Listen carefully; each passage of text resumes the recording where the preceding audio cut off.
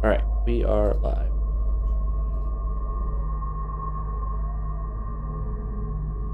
We're good. Okay. All right, we're live. All right, let's jump into recap from last session.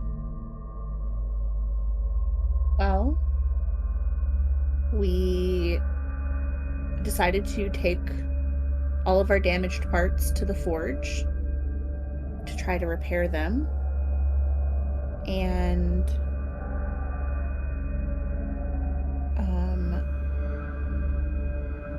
it didn't go well. Yeah, our activity and the the efforts of the gift to repair their own Spelljammer parts drew the activity of these very fire resistant, lava resistant swarms of monsters, insectoid, and we fought this kind of siege against them. Well, not even then, our parts were being repaired. The gift's parts were being repaired. So we would have had to live through more. Just a couple more skill checks more. Yeah, but we were losing vital NPCs. I think if it was just us in danger, we would have maybe braved through it. But we had we had Dobrov and who else was with us at that? Oh yeah, Zephyr was with us, and they were going down. And it's like, okay, we can't let the valuable side characters die. Hey, look, I think that's a very good point. You know, now moving forward, we should know to pack some escape, contingencies. Maybe putting people on any flying creatures or getting them to climb out. But yes, as we're getting pressed by these swarms, we made the decision to leave the swarm to their tender attentions. And then we began negotiations with the Apocalypse gift leader himself. Ooh, it's a big handful of dice. It's just something I've been meaning to do. Don't worry about it. Okay. I promise it's not threatening. Yeah, negotiations didn't go great. I mean, it's not like we became hostile with them or anything, but I guess we kind of got some information from them and also like assurance that when they try to leave, they'd wait for us to come with them so that we have a way out of this whale. And their plan does seem to just be to blow a hole in it, which I hope it works. Yeah. But otherwise, they won't accompany us to the forge again. We're on our own as far as that goes. But they did say they would give us some weapons. So we'll hopefully get some black powder guns pretty soon we can equip our people with if we have to go back into the forge. And, surely they'll be trading in good faith and also give us, powder and ammunition. Yeah, like they won't just give us some relics. Maybe a bayonet. We have a hollow spear. Yeah, just a really shitty spear. Kind of like a flute if you blow through. A very fancy and deadly flute. Mm-hmm. But the crew decided at that point that maybe we should explore other means of getting our parts repaired, and so we were going to send a party out to the abandoned airship that we also spotted in our scouting, and see if that has anything we could scavenge from it.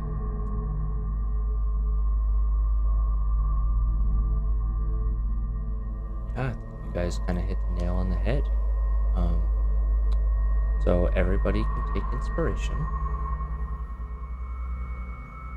And we return to the scene of your battle-worn crew and party dragging back your still broken Dragonhawk ship parts as you press through the valley, passing by the shadow of what looks to be a hippo.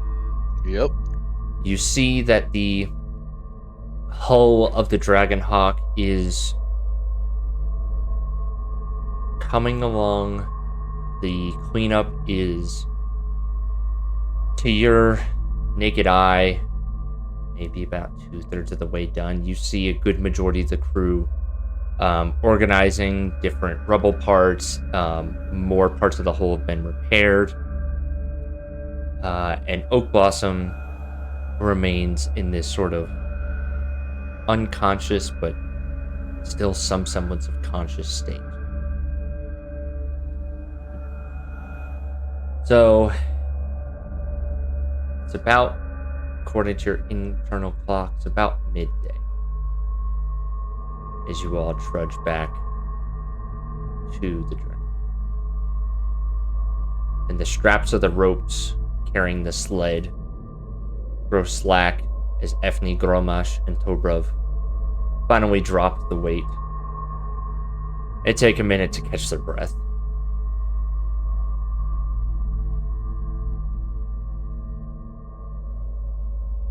Yeah, Altaik will, kind of support them as best he can. Is to say, good work, everyone. Would you care for some water? We should have plenty of stores. I can go grab something for each of you. Efni gives you a nod of approval. And the other two quickly follow suit. I'll be Is back Gus quickly. actually here with us, or is this just a placeholder? So Gus was there, I believe, at the end of last session. You had just finished giving Gus the basics of what had occurred. Right. I recall that we did debrief him as far as Mhm. how things went. Yeah.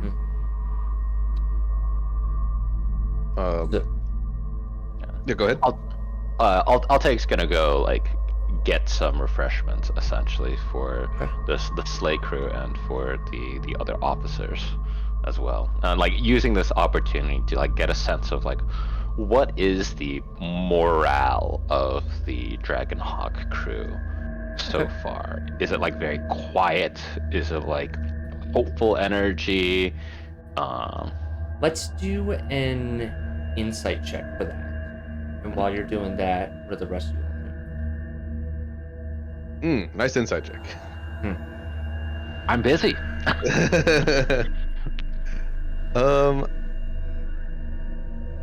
Yeah, we gotta figure out a reason for Valerian to stay in the camp, right? And I think the reason is gonna be because,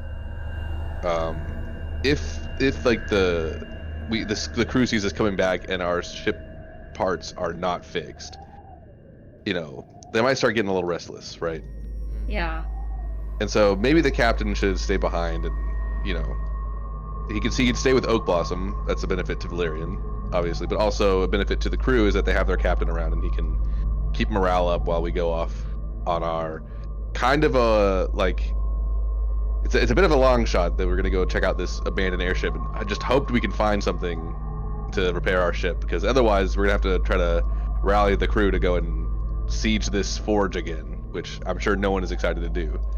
Yeah. So At least one person is excited to do. well, yeah, someone That was a to great go scene. back and yeah. Your friendly Maybe the rank and neighborhood file might agent not of be as chaos. much, but Yeah. your ever present warrior, elephantile man. Even with your role, Altaik, you're able to quickly and easily get some refreshments for the three weight bearers that accompanied your party here.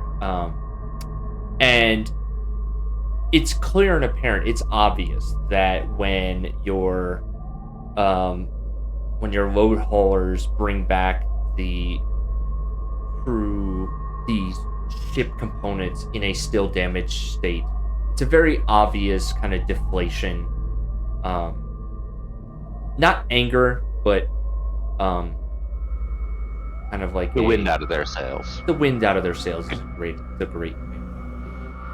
Gotcha. Oh.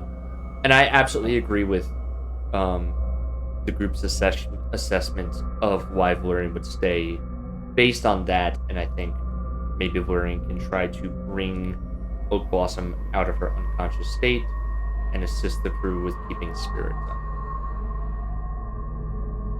Cool.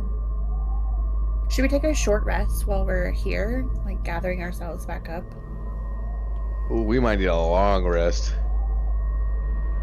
I'm low on god juice. Oh, yeah. Are you worried that we're running out of time? I just don't know when the GIF planned to leave, and if they're looking to just install their repaired parts and leave as soon as possible, we may have, if we're trying to work with them to get out, we may have to Pick it push up, you think? forward. We could Yeah. at least maybe They peek seem quite around. efficient.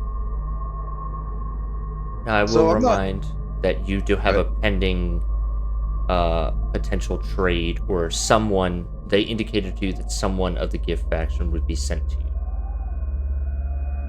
Would that be in short rest time? Like that someone would be expected to come? You didn't get a hard time. I think the generalities was sometime today. Okay. Well, Valerian can stay back to receive them.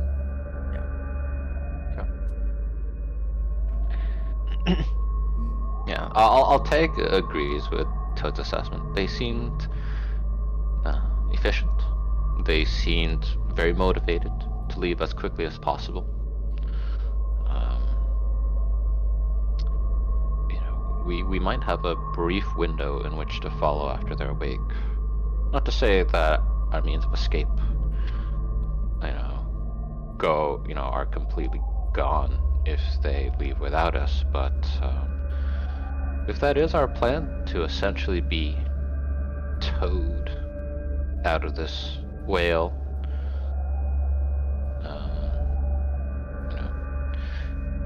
it might be better for us to go as quickly as we can. Not all of our conflicts have to, involve a prolonged hold against hordes of monsters. That's optimistic. But I hope you're right.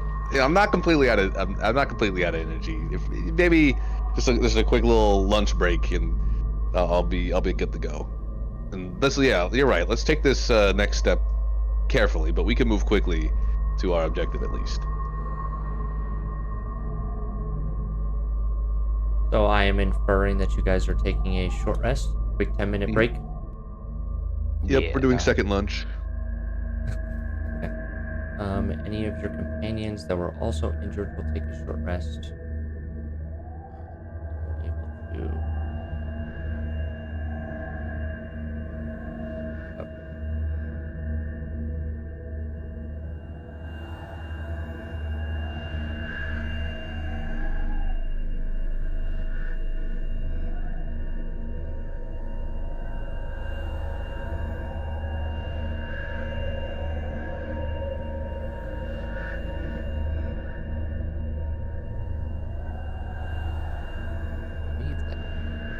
I'll do it for Valerian too. Just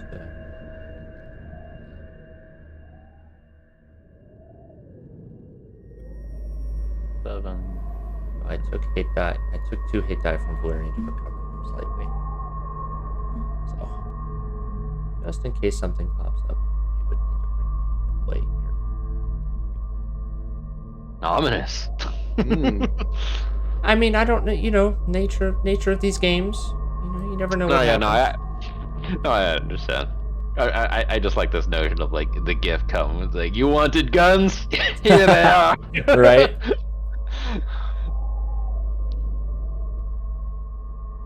Okay. So, taking your short rest, taking your quick breather. We'll be spending some time recuperating by his magic by converting his sorceress origin. Or like essentially he's using the font of magic to convert lower level spell slots into higher level spell slots. This is like a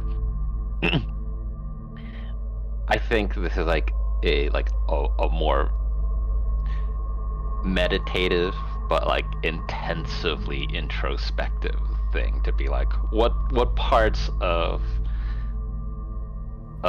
like his parasitic or like host's like essence can he like use to ensure that the entire system survives?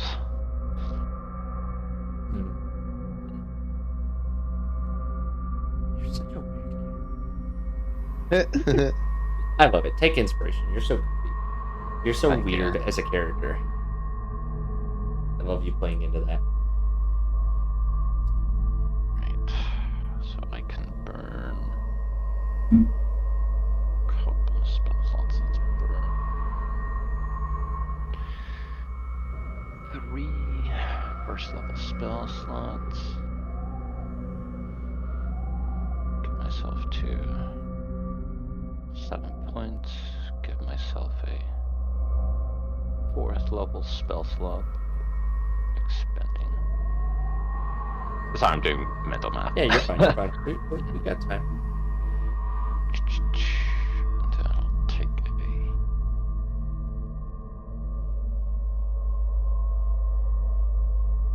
And out above the table, if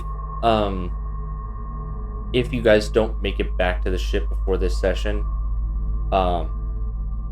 narratively you can still contact Chief Gus and send Valerian to you should his presence be needed in a narrative point where he would also be back in session with us next week. Mm-hmm. Yeah, he's got his little bird, so. Mm-hmm. Yeah. And this will be like a nice, chill little exploration. It's not gonna take us that long. It's gonna be Scenic. No hordes of enemies. We're gonna find everything that we need. And it's Find like, a oh, we nice should just and- gone here in the first place. Whoops. An NPC providing a guided tour, just so helpful. Thank God you're here. We've been stuck in this whale for so long. We've seen elephants, we've seen hippos. I bet we're gonna see rhinos next. Mhm. I don't know. There's no rhino shadow. I'm not sure that we're. Yeah, that's true. the pretentious rhino shadow. It's times like this I appreciate that you guys can't see my expressions.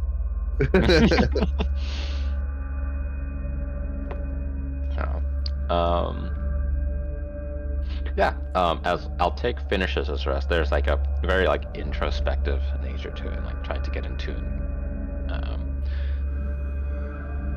like getting a sense of like what is like flesh and like what is magic, and like also getting us like trying to establish like whether or not that extends beyond him.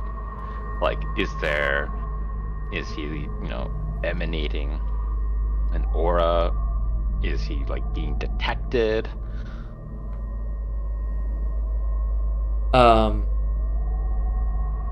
Being detected by what? Yeah, that's often something that'll come up. It's just like, what is it? This is like not so much like an active thing of like something around him right now he's reading him. But like, what is it about an aberrant that like pings? Yeah. Is it like a scent? It's when you were Alric. When you sent out that ping, it's almost like the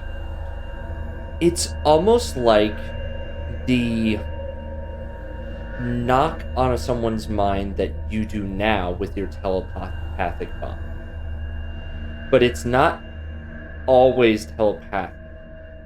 Sometimes it is using almost the same kind of circuitous channels and same kind of mana projection or magical connection, but it's not always the same mind linking between different subspecies of aberration.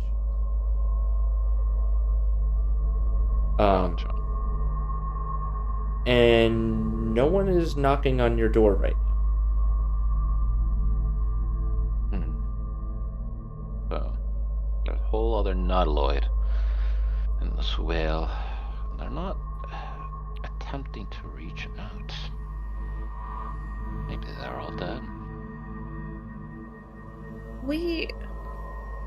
I guess I've been assuming that it is for sure still in here, but don't they have the ability to teleport? Hmm. No, some of them do. Hmm. Now that could be a good find for us. Right? Wouldn't that be an enormous victory for us to simply be able to, to simply disappear and reappear at will? We'd have to convince Oak Blossom to, let us install something from the ship if we found it. Let's not get ahead of ourselves. Let's start with, the ruins and then go from there, I think. That's my vote. We could go find the Nautiloid instead. We haven't explored the other path. Maybe. Not saying that Nautiloid is there, but there is a third path. Well, if we were to find the other ship that the Giff were contesting, we'd know that their equipment they may be damaged, but it may be more recent. I don't know if the other, the other ruins have been picked over and been worn down by time. But the last time we approached and navigated such a ship, I was able, we had the ability to manipulate it. So if we were to scout, we'd have a whole host of knowledge to work with and some familiarity. I would rather go to the place that we know there's a ship versus potentially looking for nothing. Right. All right. All right. Perfect. Let's get the trail mix. Get the granola. Yeah, all we have left is bear jerky. Oh, that's no. okay. and like dried mushrooms and fruit leather. Toad's getting a little crafty. Toad's, leaning into the homesteading. Yeah. Toad's trail mixes are wild. I love it though. Okay, so your intent is to venture south towards the crashed ship of some kind. That's only like maybe 1,000 feet to the south. Ooh. It's not far. Is there anyone from the crew you want to assist you in this venture out? Do you want to bring the materials with you again? You can have the 3 drag the cargo again. The less amount of pieces you bring, the less amount of people you. And it's a 1-to-1 ratio. So you have 3 pieces that are being pulled right now. If you only bring 1, you only need 1 person.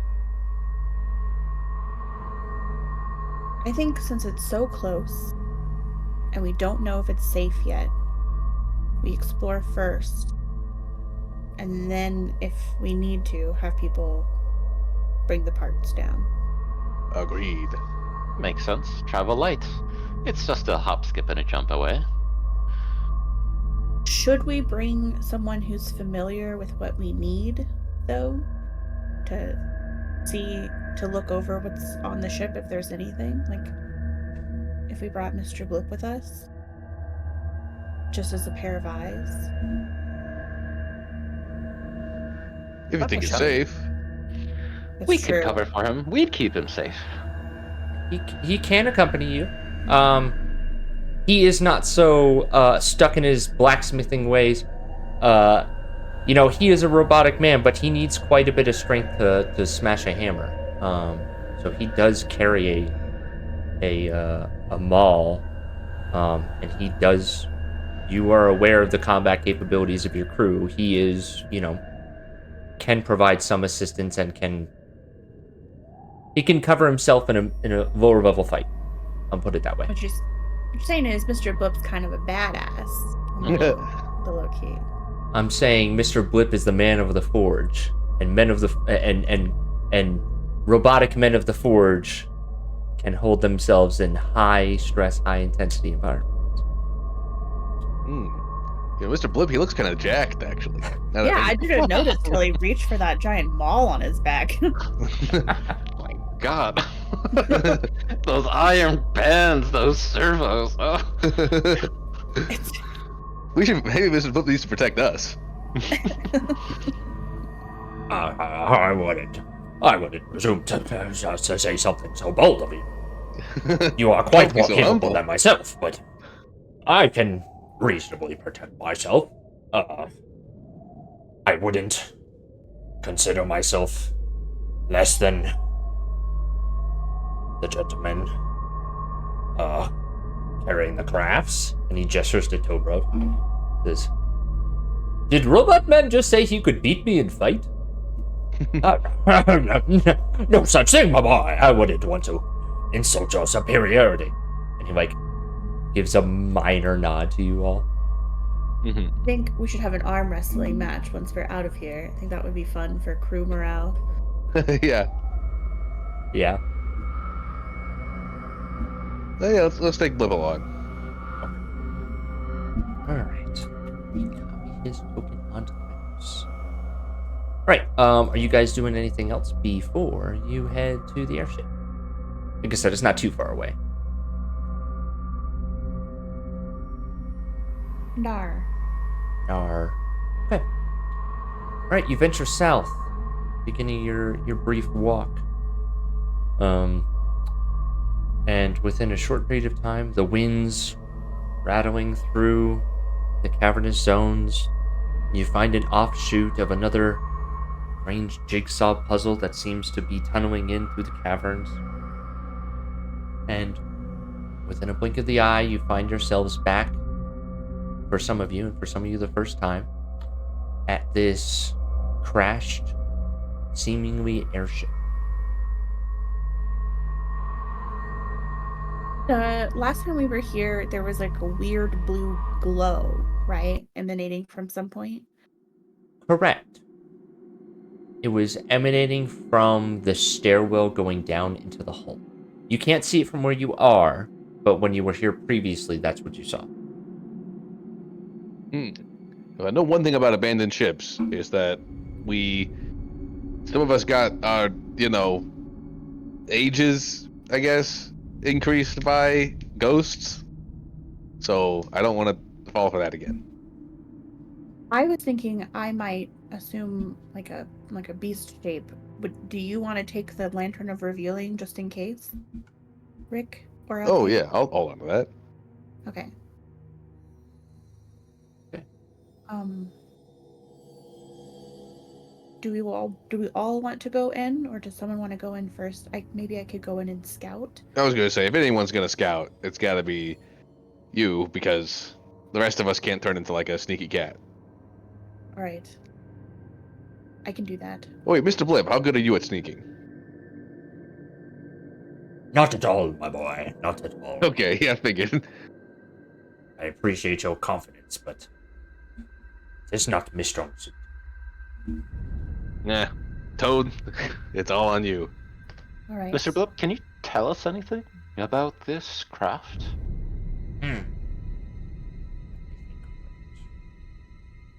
Well, judging from the long route, I would reckon to say that this is...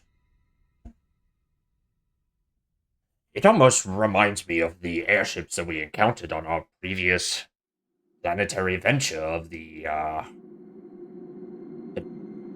giants, with their large inflatable canopies and their carapaces that seem to propel lighter than air craft, but I can't say for sure from this distance. That is my best guess at this range. Okay. Well, let's see how close we can get you. Right behind you. We'll establish a telekinetic link with Toad. We'll be right behind you. Just call out.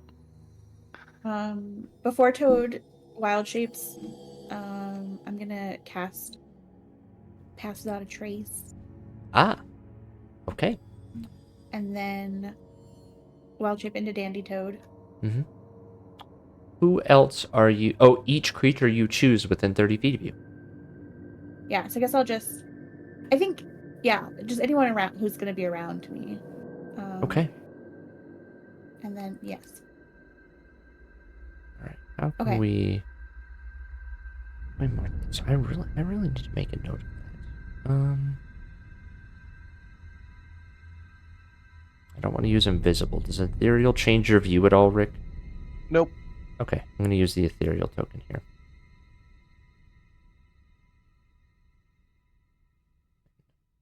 There we go. Okay. All right. What's the plan, Toad? Toad's gonna sneak. Okay.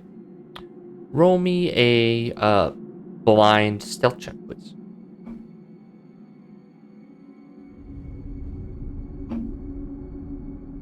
Okay. Plus You're 10. plus 10. Okay. Your soft your metallic paws seem eerily as soft as a lion's paw. As you creep your way onto the ship, nothing jumps out at you as you approach. You can rise up into the plank and enter to the top should you wish to do so. I think Toad will walk to the top of the plank and then give a little listen, give a little sniff, and Mm-hmm. see if they can detect anything. Okay. Give me that perception check with advantage because of your keen hearing and smell. Also, blind, please. Okay. You smell the old, decaying wood and fabrics all around you. You are getting a very, very old smell of what you assume to be is coagulated blood that is long since removed itself from any signs of being visible. But you do pick up that, maybe there was the remains, the previous crew here.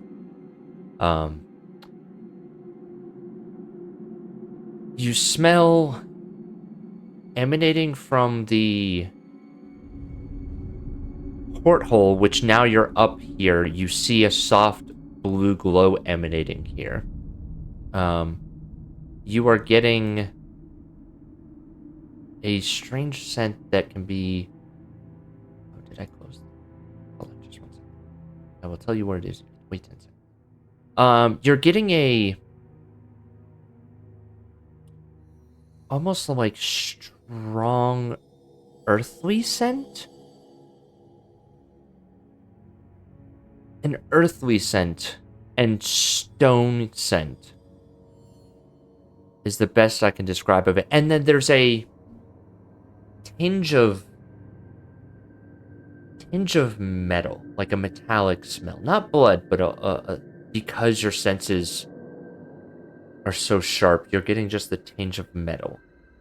And then you get on the barest of your perception almost a smell of some sort of vegetative plant. Oh. Does it smell What familiar? the plant is unfamiliar to you, but you're getting like viney scent. I don't know a better way to explain it. It's definitely an organic material, but it's hard to tell. It's clearly further away than it must be in one of the deeper holes, deeper levels of the hull in the ship.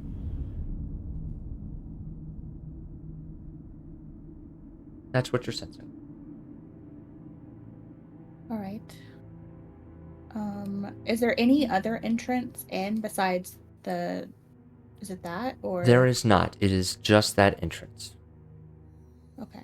And those are stairs. Mm-hmm. All right. I will look once back at the party and then sneak down the stairs. Okay. All right. Give me another stealth check. Blind, please. +10. Okay. Second. Okay. The blue purplish glow that rose from the cell seems to be going down the stairs, and the stairs seem to be forming this staircase that goes much further than you would expect into the hull of an airship. And you're seeing the bluish purplish light become more and more apparent as you step out of a very small tunnel into, well,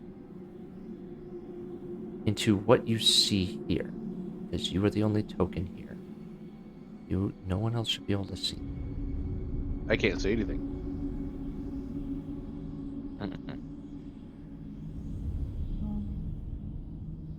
Oh.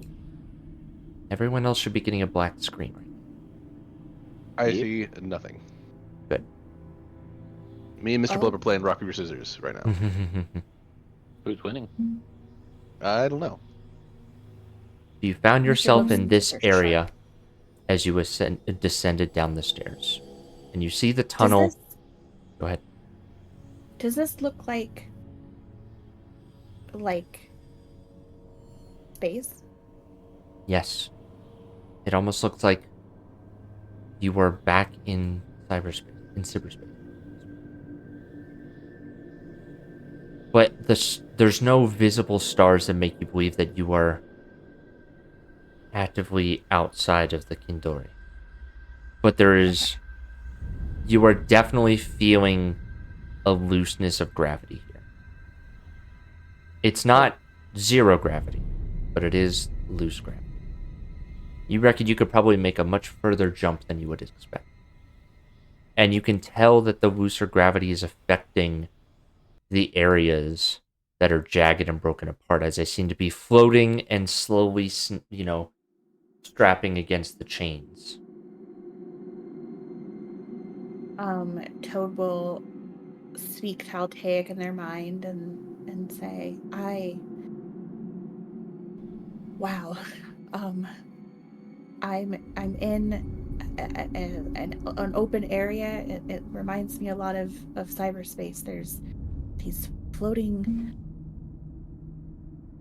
pieces, chunks of rock, and what looks to be like some kind of broken bridge. The rock is chained, that maybe you could leap across it. There's something at the end. I don't know if I should keep going. Do we think that... Okay, so rock is floating, perhaps not magnetism. Maybe graviturgy. The thing at the end, describe it as best you can. Do you think it's the source of this anomaly? I can't see much from here. There's some kind of... Is this like the stuff over here, Chris? Is this like a grate on the ground, or is it standing up? It is. It is a grate on the ground.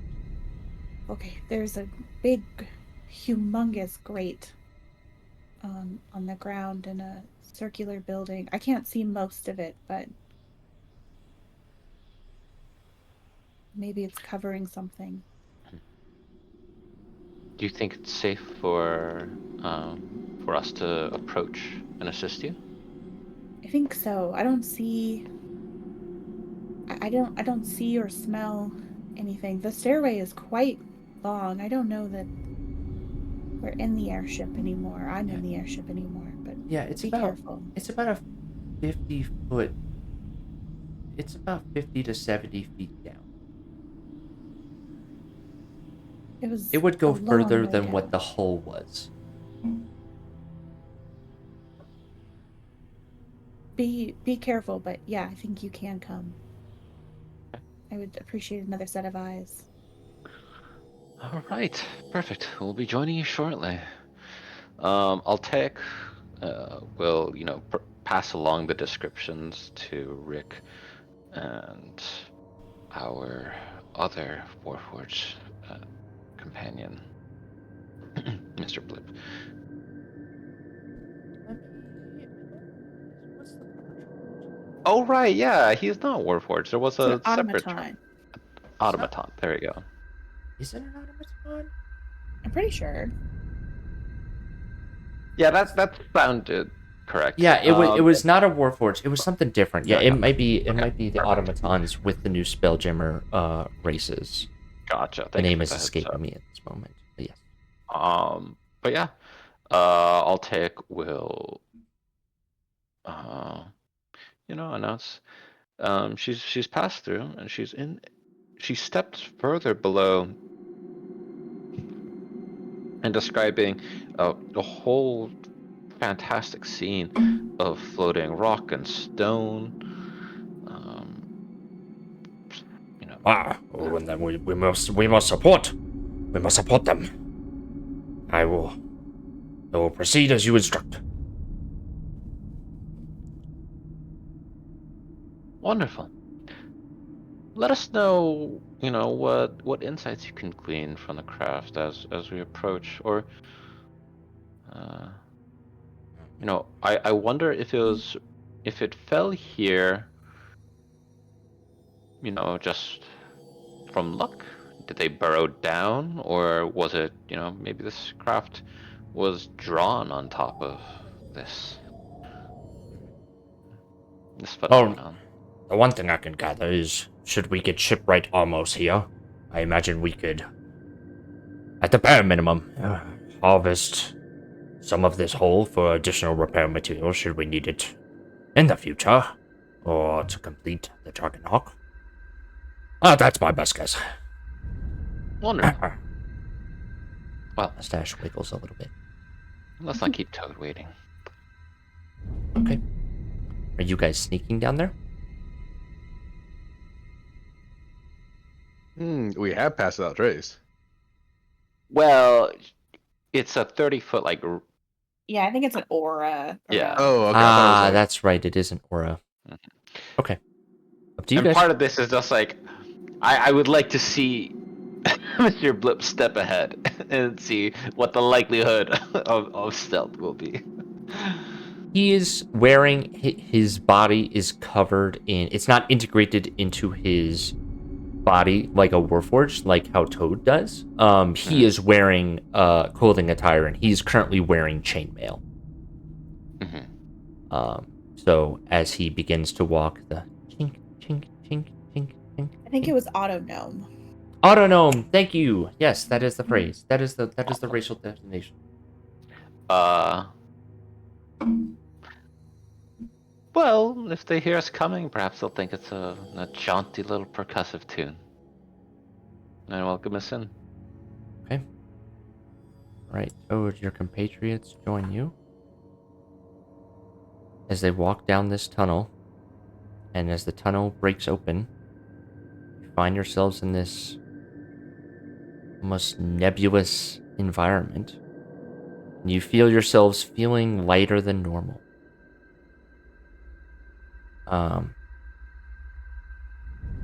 Walking is easy enough. You feel like it's not difficult terrain. And you feel like you could maybe jump 2 or 3 times your normal distance. But stopping may be problematic. Rick is going to do a high jump in place. Okay. You double your normal high jump distance. Cool. Look at me. Ooh, Rick, you're so high. Be careful. I know. Do I fall at normal speed, or do I fall slowly too? You fall a little bit slower. No damage is taken to you. You're able to recover gracefully. Could have used this during the dance competition. True. Well, I don't know what's at the end of this. I don't know. Should we? I can try to get over there.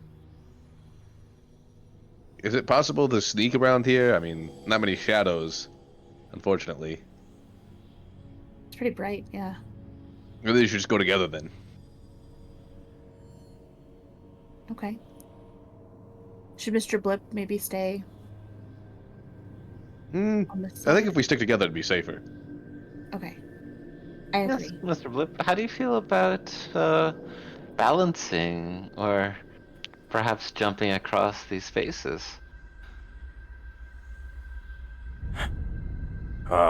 I would say, if the crew and the Dragonhawk demands bravery, I shall suffice. Hey, if you want to stay on the solid ground, you don't have to come with us. Oh, well, you may need my expertise. I don't want to disappoint. Oh. Blip, you're a real minch, you know that? It's not often I get to go out and show my mettle, if you will. Hey! What's Okay. the path we're taking here, by the way? What is the path you're taking right now? Well, there's the longer way around, which could be safer. The southern path seems dense with islands. Mm-hmm. And you got this chains we can crawl across if we don't feel like jumping. But we could That's jump, true. you know. We could Okay, crawl I'm for that. here. We could crawl here and then crawl here. Crawl here. That seems relatively straightforward. It's decided then. All right.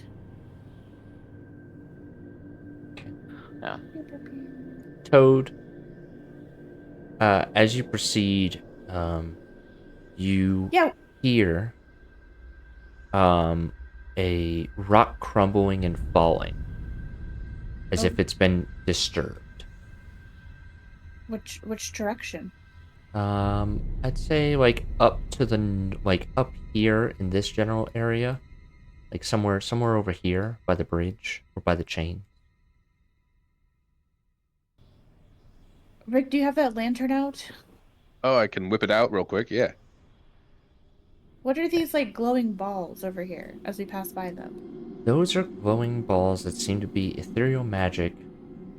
They are almost like a strange magical alternative to Everbright lanterns, but they're emanating out of the eyes of massive skeleton statues. Ah, I Oh. see that now. Okay. That's Yes. creepy. Mm-hmm. All right. I will step up to the edge and point my lantern, I guess, at this. Okay. Kind of looks like Texas. Huh. You're just finding all sorts of clues in my maps. Okay. You shine the light, and you sense nothing. Make a perception check. Good okay. With my special eyes. I'm looking directly into the lantern. Is this like working? The light of the nebula and the shining stars and almost cosmic radiation coming from underneath the ground that seems to be almost hovering in this strange pocket dimension slightly blinds your vision. But you're able to refocus and point the lantern to where you need to. No invisible creatures are spotted. Gotcha. Well, be careful. I heard something north of us. Must have been the wind. Is it windy in here? No. Actually, it's really not. It is strangely It's mildly wispy in the wind that seems to emanate from the circular building far to the east on this map. But where you are, all you hear is the rocks maybe occasionally glancing against each other, like at this pressure point or right here. The rocks are slowly bumping into each other. But it's like a muffled thing due to the lack of gravity. It's a slow bump. Almost like two objects on the top of a pool slowly drifting together and then drifting away. Well, I can go first. Be careful. How wide are these chains? The chains are wide enough for you to walk across. If you move at half pace, you have no issues crossing the chains whatsoever. But if you tried to move at full speed, there's a chance you could lose your drift and lose your grip and potentially tumble into the rock that you're trying to get to. Does anyone have rope? Should we rope ourselves together? Ooh. Yeah, no, I didn't bring any rope. I got a smoke bomb. Oh, that'll be really helpful. All right, I will move at half speed across the chains. Okay, all right. You can easily do so. And as you're moving across the chains, you look down into. You're realistically looking down into space. It's a jarring moment where you have oxygen, but you're not on a ship.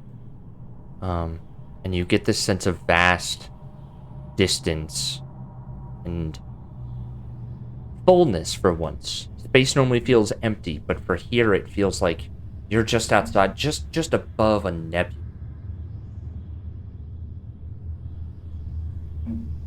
Okay, you're able to get across. You doing anything else? Yeah, I think Toad will move to the edge of this rock and then just listen again really hard, see if we can hear any more shifting. Okay. Make me a perception check. You want this one At blind as advantage well? with your stuff. Do you want this one blind? Yes, please. Thank you. Okay. Your ears pick up something. They pick up the chain rattling. And you immediately glance to your east, and on this chain right here, something has just crawled off the chains and underneath the asteroid rock right here. You're also spotting similar medium-sized things crawling underneath the rock up here, and you hear rocks being disturbed over here. Something is moving underneath these asteroids. Do they seem to be moving toward us? Yes. Toad communicates that to Altaik via mind link. I can't see them. Little glimpses of something, but there's some kind of thing on the undersides moving in our direction. Yeah. And go ahead. Altaik will communicate the words as directed. He'll also start mentioning to Mr. Blip, could you take a look at these chains and especially the anchor? I have two questions. One, are the chains the only thing keeping this facility together? And two, what would it take to break these connections? I'm no gravitage expert, so I couldn't speak to if anything else might be keeping this strange. But take a look at the arrangement of these chains. It's like a tensegrity. Yeah. Piece of art. Yeah. Each of them. I would agree. I would agree with your statement. I would say that the chains are seemingly mundane. They could be Oh, if I drove a wedge in the link, I believe I could break them relatively enough. Yes. As you're having this conversation, Toad, Mm-hmm. you hear the rock crumbling just to your northeast underneath you. And this tendrily vine sneaks out above the rock and attempts to snag at you. We're going to go into initiative. Oh, I'm not good at that though. Yeah, that's kind of the problem, huh? Yeah. Okay, let's see what this looks like. Let me add y'all to initiative.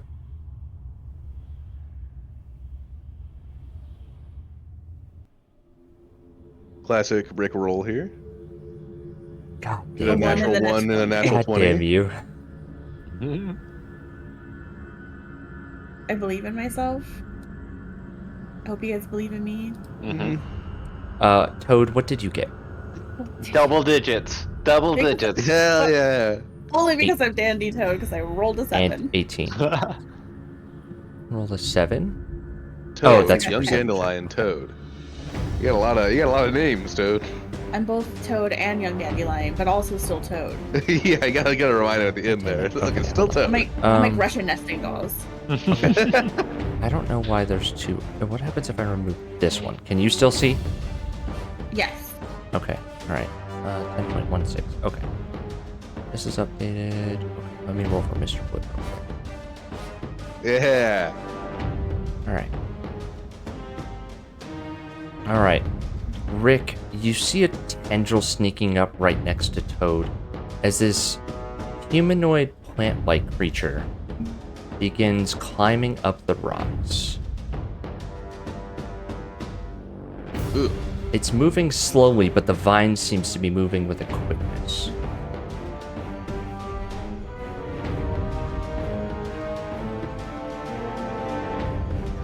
Try. Okay. Let's get some distances here. 70 from me, 65 from you. Yeah, he's pretty far away. How much movement speed would it be to jump onto this rock here?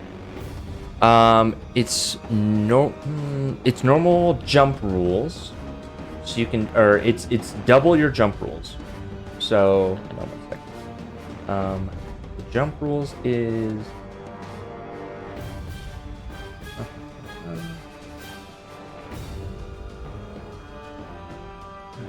I'm just gonna have to Google it. Yeah, I'll post it into. You got it already? Perfect, thank you.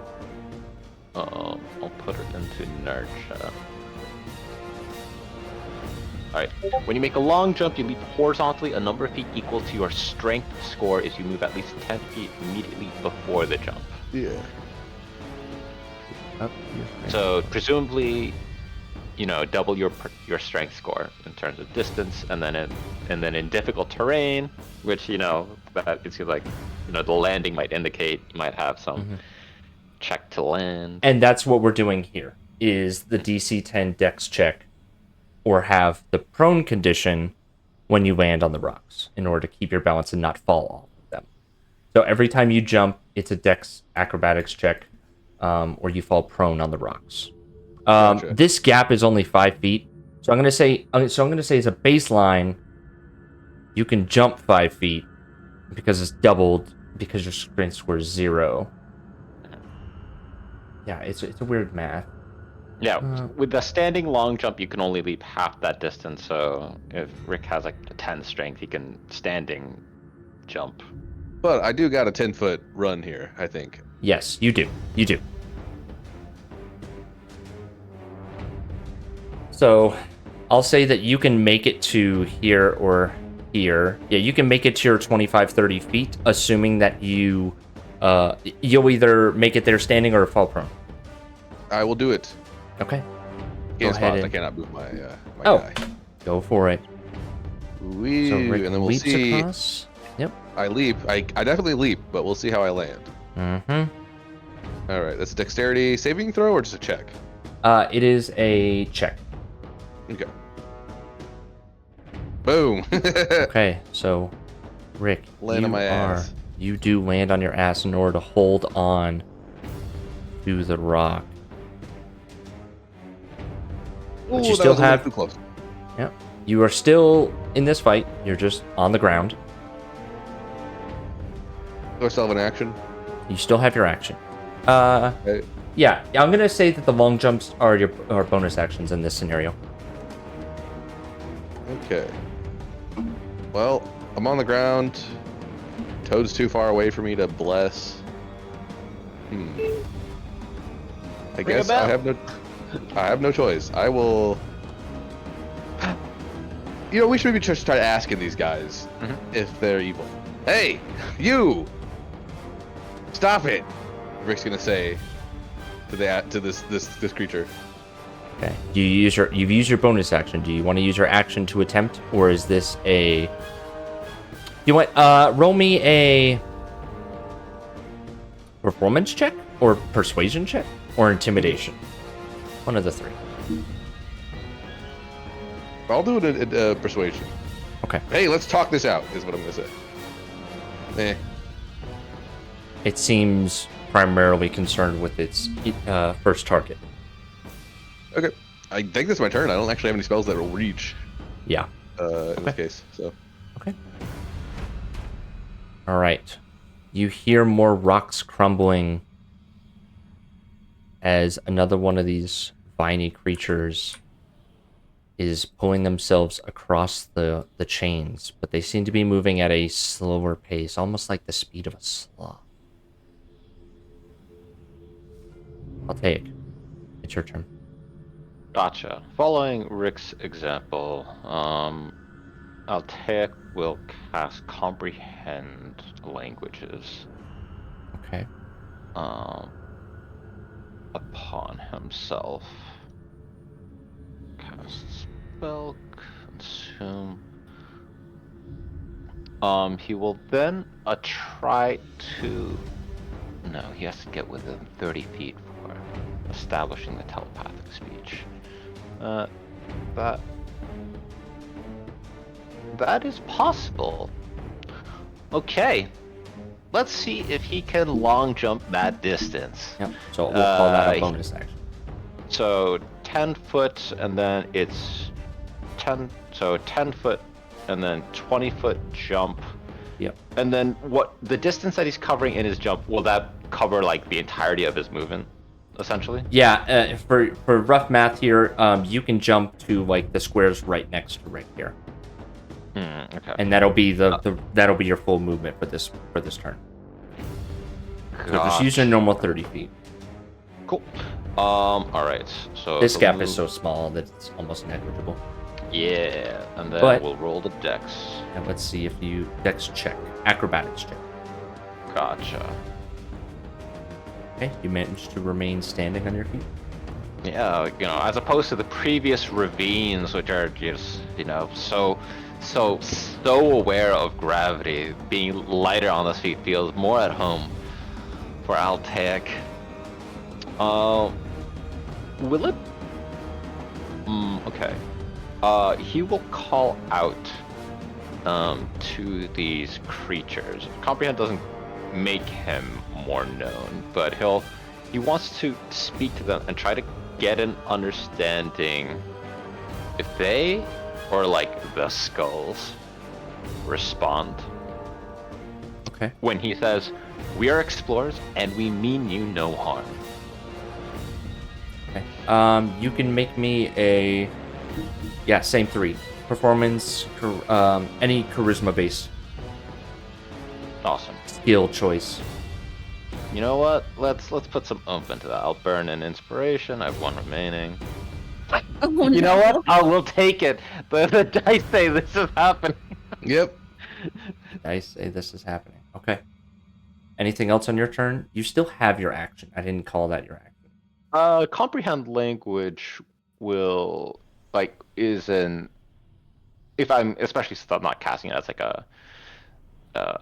as a ritual, will take my action. That was taking your action. That's correct. Okay. Yeah, I jump, and then this is me making a persuasion. That's adjacent to bonus. There's a word where I try to help Rick up, but I think this is all of his action economy. Got it. I'm Okay. chilling. Mm-hmm. All right. More of these creatures are revealing themselves. This one is slowly trying to, like a sloth, reach itself up onto this chain, but it hasn't made it there just. And we finally make it to the vine that is lashing out at this sinewy vine. Two of them strike out at you, almost like extending from this creature. First one to hit you is a 16. That hits. Okay. You suffer 5 radiant damage Okay. as the sinewy vines begin to glow brightly with light. One more vine attempts to strike you. That is only an 8. Miss. But it is climbing up the rock, trying to get closer to strike at you. You see more tendrils snaking out as it moves forward further.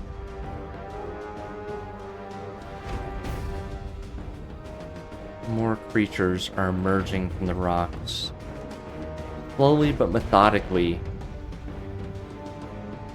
making their way towards the source of the destruction. And Toad, we have reached your turn. What are they doing? Wood looks back to their team and says, I don't think they want to talk. No one ever wants to talk.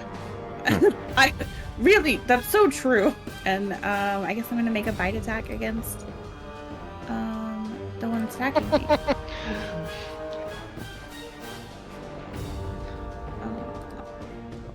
23 death hits.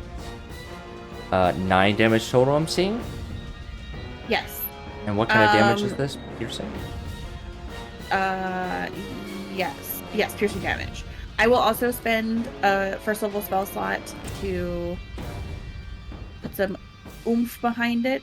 Okay. I'm gonna use my elemental fury to try to do fire damage. Alright. The fire damage one doesn't say it has to make a save. It just says that it ignites the target in flames. It's part of the hit. It's part of the hit. Yeah, you're channeling it into the to hit that you've already done. Okay, well, it will take 3 fire damage at the start of each of its turns. At the start of each of its turns, it will take 3 fire damage as you ignite this creature. And the fire damage seems especially potent as the fire blazing through the teeth of the dandelion sink and embed itself into the sinewy vines of this creature. You have bloodied the creature next to you. It does also need to make a DC 14 strength save or be knocked prone. Okay.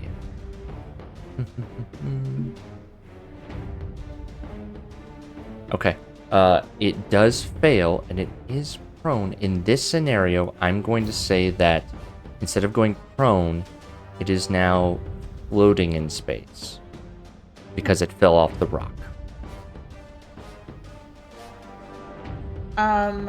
Okay, then I think Toad will move back more towards the, like, middle-ish of this rock. Okay. And that will be my turn. Okay. More of these creatures are revealing themselves, dragging themselves across these chains as you hear the ching, ching, ching, ching, ching, ching, ching, ching, ching. It is Mr. Blip's turn. He will... Come on, Blippy! Not Blippy.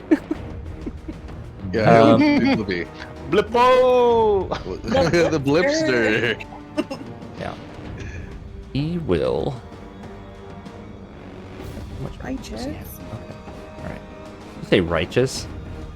I imagine that's what Mr. Blip says as he jumps across. Righteous! Alright, he will leap across, and I will make his athletics check, which he succeeds, and he will dash to jump across Mr. Blood, be careful. This second one here swings and twirls his maul in his hands and says, "Well, come on then. Let's have a battle, shall we?" God, he's so cool. I know, we should take Mr. Blip out on more adventures. Jeez. He's Okay. a sleeper. I mean, gee, man. Okay. You see one more of these astral blights leap across, like insert their viney tendrils into the other rock and drag themselves across. And we are now back at the top of the round. Rick, you can see a handful more of these creatures beginning to wiggle their way towards you all. Mm. Okay, that's what you see. There doesn't seem to be massive hordes of them coming, but there is a significant gaggle of these creatures. Enough of a horde. A little bit of a horde, minor horde. A little mini They're not. horde. Yeah. They're not beetles. No, yeah. All right. Rick's gonna stand up. Okay. That's your half my move- movement speed, correct? Yeah, so 15. Yep. Okay. So I can only... So my jumping speed is doubled, correct? Yes. Which means a standing long jump would be 10 feet. Standing There's long no- jump would be 10 feet. Running long jump would be 20 feet. Yeah. Yeah, there's no way that I can't make the... Yeah. Yep.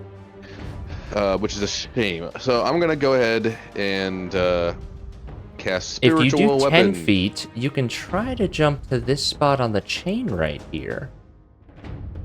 Which spot in the chain? Where? Sorry. Let me just move the creature because it's kind of hard. You could try to end up right here on the chain. I wanted to end up next to Toad. Okay. Yeah. You cannot make yeah. that jump as you are right now. Yeah, so I'm gonna stay on Texas here. I'm just gonna cast spiritual weapon. Okay. That's 60-foot range, so that counts. Yes. Man, my spiritual weapon attack rolls are fucking insane. Mm-hmm. Let me get the token out real quick. Yeah, go for it. He's the soldier first. Yeah. The doctor thing is just a gimmick. Combat medic. Come back, medic, yeah. So, I mean, I guess I'll back up Mr. Blip then. I'll drop a spiritual weapon Okay. right next to him. And And make a 24. slice at this one. Okay. Go ahead and that hits. Roll me the damage. Yeah, so I have to go do that from my separate little icon here, which is kind of weird. Yep. The 9 damage. 9 damage. It's What kind of force, damage is for the that? record. Force. Okay. That force damage with your Talenta blade seems to find purchase inside this creature. Noticeably here, they don't make any noise. And their mouths don't open. They don't seem to have, like, they have the face of a humanoid, but they don't seem to have, like, their facial expressions don't move. Yeah. Okay. Might be like a mimicry thing. Kind of like an evolutionary trait. There we go. Anyway, I'm going to Toll the Dead. We'll do the Wombo combo. Go for it. It'll be 11 damage if it fails to save. Does fail. 11. Necrotic. Okay. All right, you have significantly wounded this creature. As the All right. black ichor sows in and begins, like, the decay of time happens in seconds on this creature. Toad, do you know anything about these things? Is there any way we can scare them off or something? I really don't want to fight another horde of creatures again. And I'll end my turn. Okay. All right, they are slowly making their way. I'll take. Okay. Yeah. Comprehend language on. Let's see. Will he be so bold as to jump the gap? Well, not that Rick is in the way. All right. I'm small, you though. can You move. can You move can me, get right? past. Yeah, you can get through him. So if you Yeah. attempted to, if you backed up 5 feet and jumped, you could make it to right here. Gotcha. Yeah. Or I sorry, guess the right speed here, yeah. is- Yeah. Okay. Before he jumps, Altaik will use a bonus action to evoke telepathic speech on this creature. Okay. He's going to like he's going to essentially like establish introductions, Okay. or attempt to establish introductions like telepathically. What would happen if you attempted to make a telepathic connection with a tree? Like Oak Blossom? Not a sentient tree, a normal tree. Wow, that's an interesting thing. Yeah. Like, it's a question of like what constitutes a mind. Like, would a treant have A would treant is have a- also sentient. Yeah. right? You know, are they unable to speak for themselves? Toad can talk to plants. Yeah, They it's can. it's an interesting. I'm gonna say this. Let's do an Arcana check, Okay. and let's see what we can get out of this. Because these Gotcha. are plant creatures. Gotcha. I mean, if I can't speak to them, and it ends up being that Toad can speak to them, that's just crazy. So you do Oh, learn that's from true. this interaction that these are plant creatures. That I will give you. They seem to be. What you get out of your 18 is they seem to be attracted to any source of heat, be it body heat or heat of a fire. And in this scenario, it seems like they are attracted to your body. Gotcha. Okay. Perfect. Yeah, he will announce that to everyone. And knowing that he's going to use his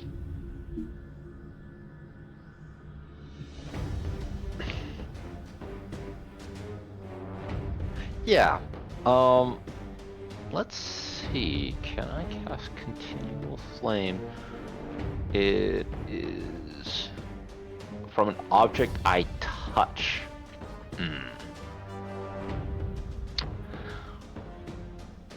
Interesting.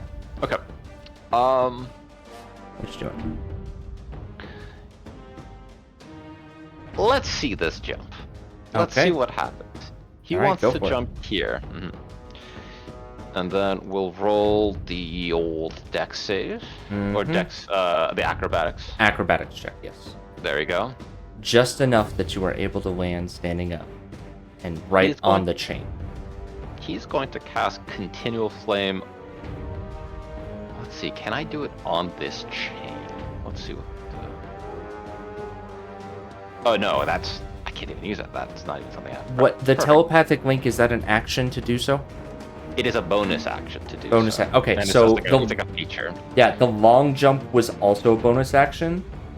So I'm gonna Oh, say okay. yeah, Gotcha. the long jumps are bonus actions, so I'm going to say that one of those things was your action in this scenario. Okay. Unless, hold on. So are long jumps by rule actions or bonus actions? I think long jumps are just an It's just alternative of movement. movement.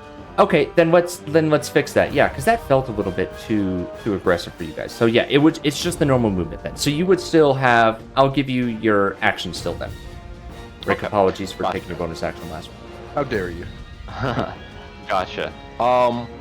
First off, he is going to communicate, like, try to shout out that they're like attracted to heat. He is going to cast Sorcerer's Burst. He's gonna try to hit. God, it's too early to go after something structural. He's going to target that particular plant creature, Astral Blight. Okay. With Sorcerer's Burst using Flame. Okay. 21 definitely hits, and so that's 9 flame damage. Yes. The flame damage seems to be twice as effective on this creature, Mhm. and it significantly loses much of its sinewy mass. Gotcha. Does it draw the attention of like the other Astral Blights? Like, do they turn to face him and or me as the source or the current highest So, temperature. interesting point. Have you set the creature on continuous fire? No. Okay. So, the creature that was set on continuous fire by Toad received some glances from the other plant creatures. However, it's floating in the middle of space. Gotcha. Okay. All right. That'll be his full turn. Okay.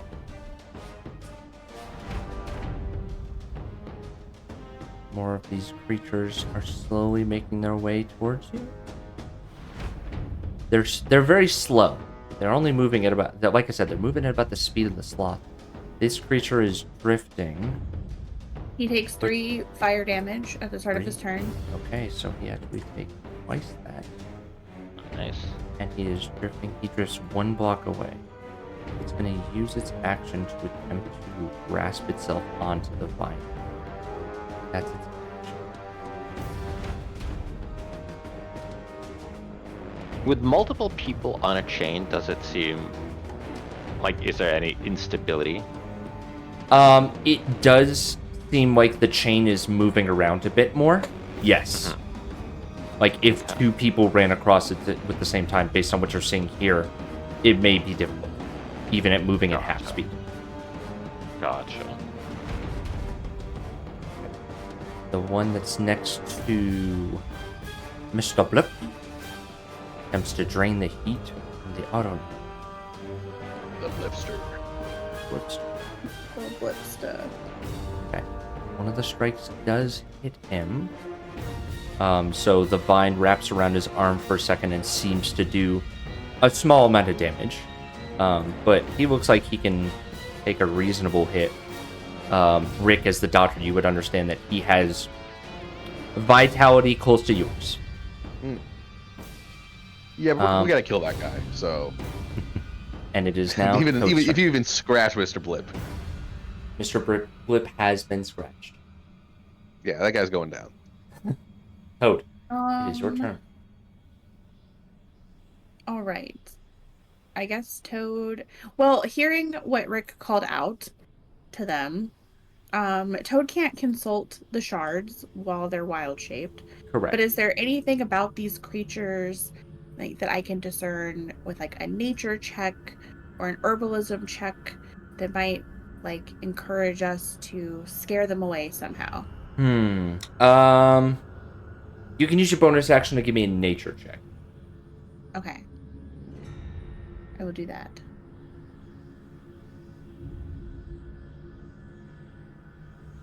I will burn my inspiration to try again. Okay, go for it. Oh. Nice. I'll take the 10 actually. I didn't beat it. Yeah, no, I take the highest. It's fine. Most plant creatures that you have spoken with over your lifetime, Toad, don't like fire, and seem, if they have the ability to move or grow away from it, tend to avoid intense portions of heat. Anyone have any more fire abilities? I think that's the only thing that they're afraid of. Toad will call out. And then I will move across this chain a little at half speed, but I have a 50-foot movement. Anyway, I just want to get close enough to this guy, to bite him. Okay, you may do so. As you step onto the chain, you are now on difficult terrain.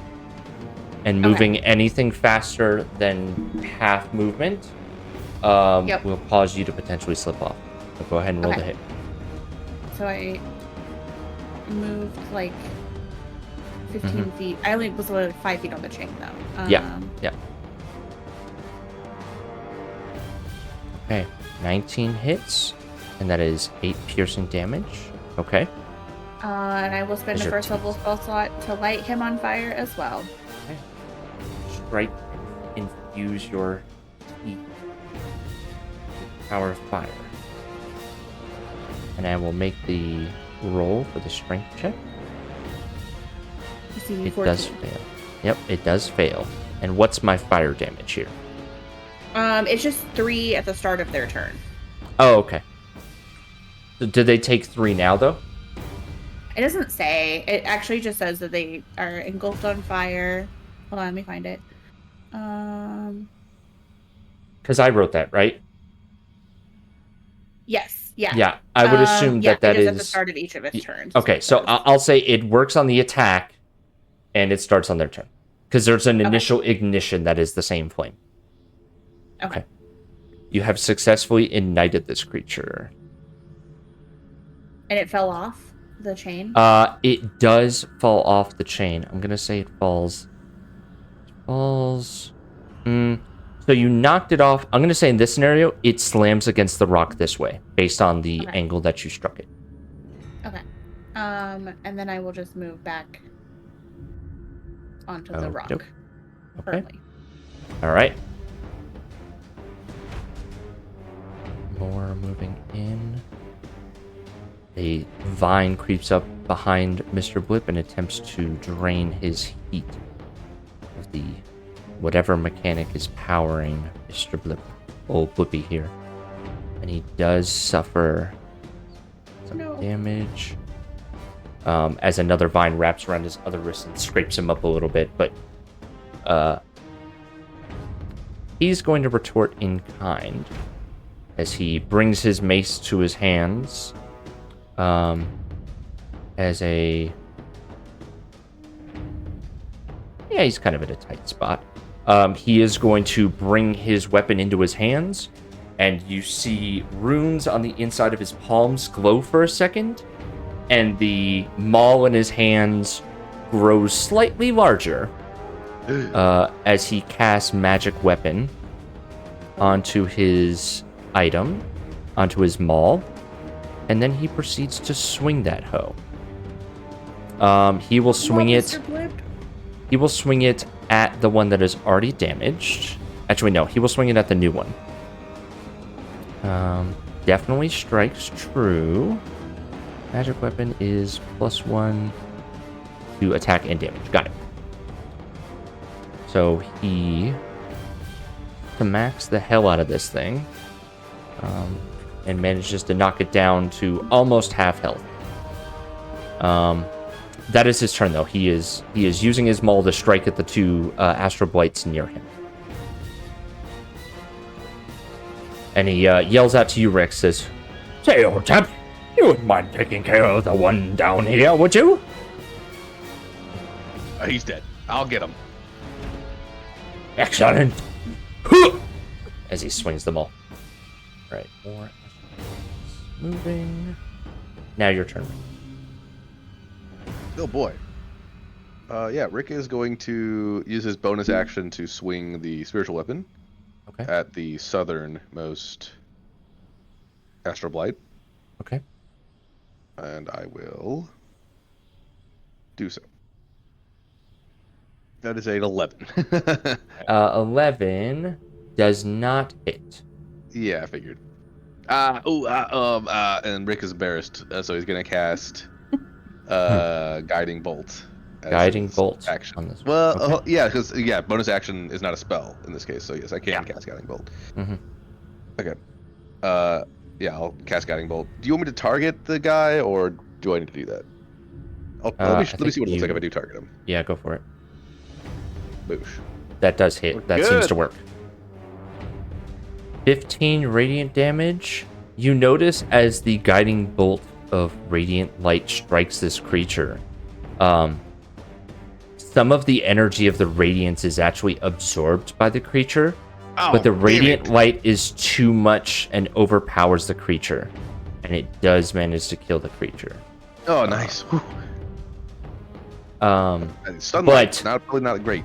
Yeah, radiant light does not assist. It seems like they soak up some of it. Yeah. All right, Blip totally got that guy with no issues. Rick's gonna spend his movement.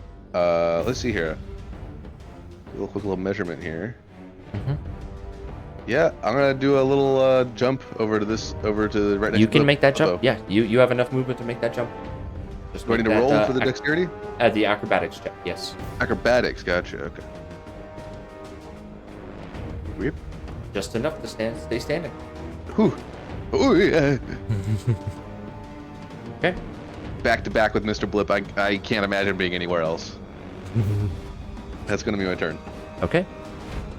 All right.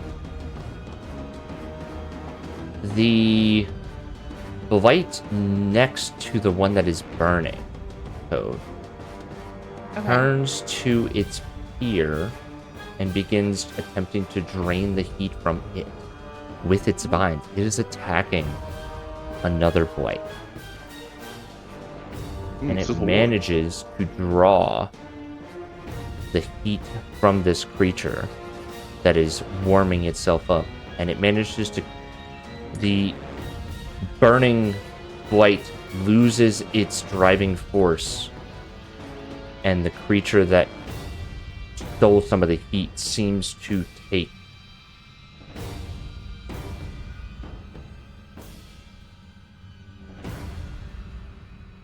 Got it. Does it look like there are just more and more spawning? Does it look like there are like a...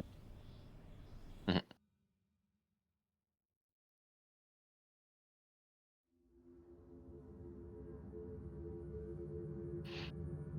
Gotcha. Okay. Then Altaik will walk to the precipice of this ledge and then cast Singularity.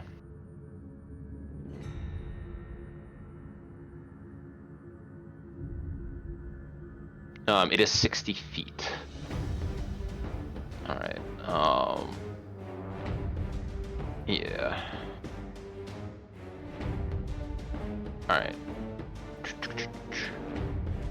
Measurements 60, 40, 50, 60. But it only targets 3. It only targets 3 from that range.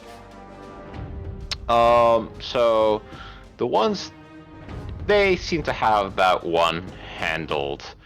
And I don't want to...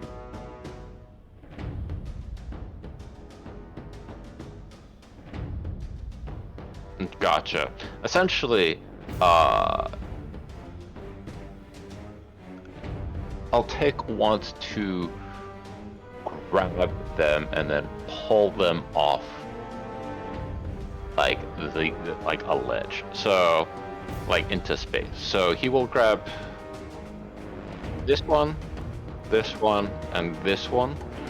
And essentially they all can perhaps make it here to this space.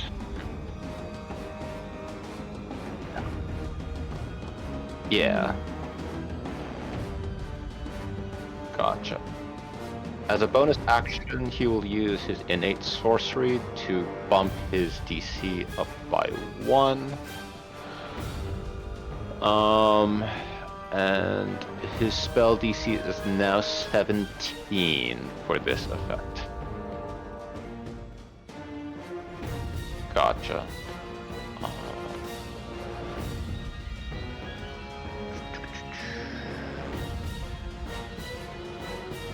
Then I will take a second level spell slot from me.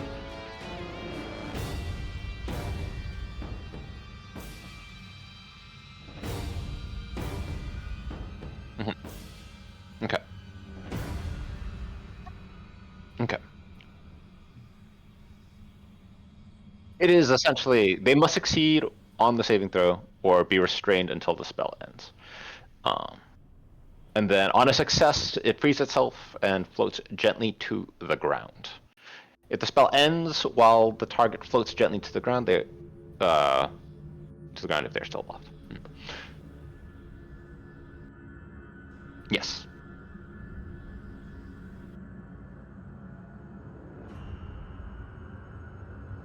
Yes. They just get...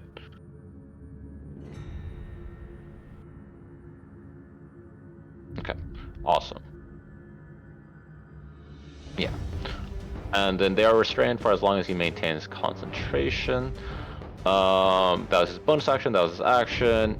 He'll use the remainder. 1, 2, move up behind Dandelion at this juncture. Yeah, let's see if we can clear a path. There are too many of these things on these chains. Too much. And that'll be his turn. Yeah. Let's remove this template. Dude.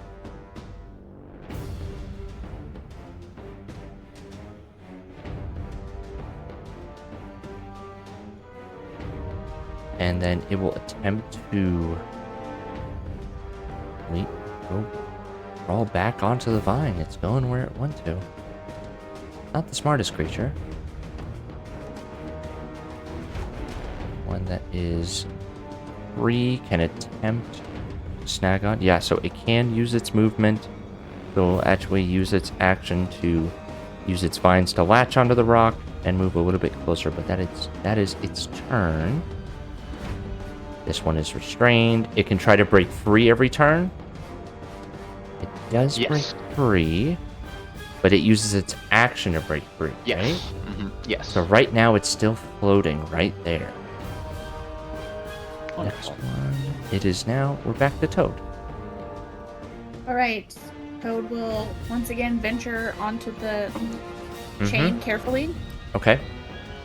And I can make him back right to the edge at the Yep. end. And I will once again attempt to bite the guy. Okay. This is the blight that's already on fire. Ooh. How does Toad kill this Astral Blight?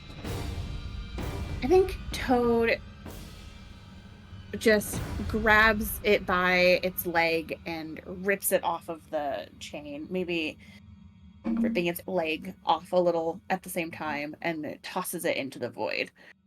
It loses too much biomass and it sinks into the void.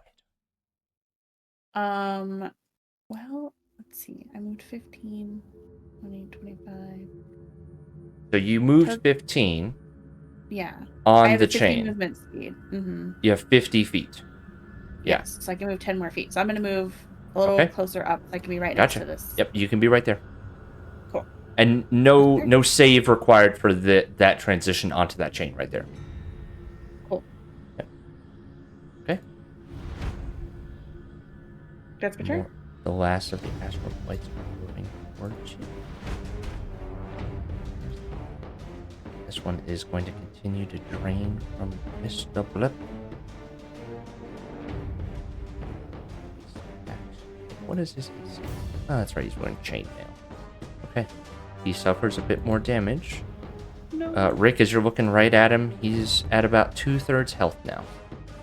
No! But it is his turn, and in kind, he will spin his maul and try to attempt to slam down at the largest piece of biomass on this blight that he can find. He does find purchase. This creature is significantly wounded.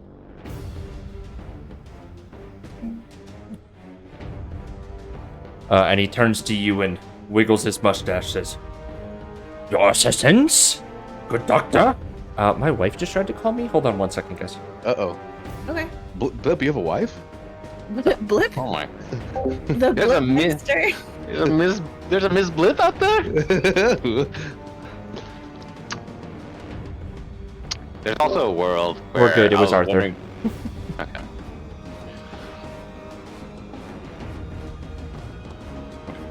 Back to it. Sorry about that. My son. Astral Blight.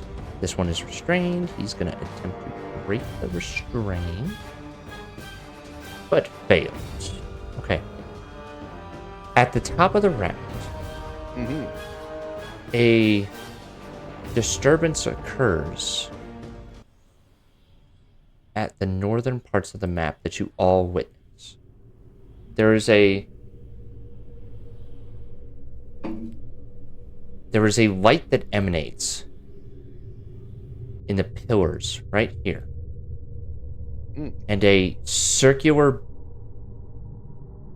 area of light then quickly becomes pitch black as a portal is ripped open in space. Oh, Oh not. my And god. through it walk two creatures, which you recognize as illithids. Oh, these motherfuckers. Hey, we have someone to talk to now, guys. That's true. We know these guys can talk. Hey, over here. Wait, hold on. Should I shoot that? These two creatures glance around, barely pause in your direction, as if you were indifferent from the rocks crashing about. And they begin to look at each other and silently make their way towards the doorways. They seem to be disinterested in the fighting that is commencing here. Interesting. Rude. But we're back in combat. Rick. Yeah, we gotta get finished with these things. Rick is going to swing his Sword of the Parents at the blight. That's the Astral Bright. Go for it. Yep.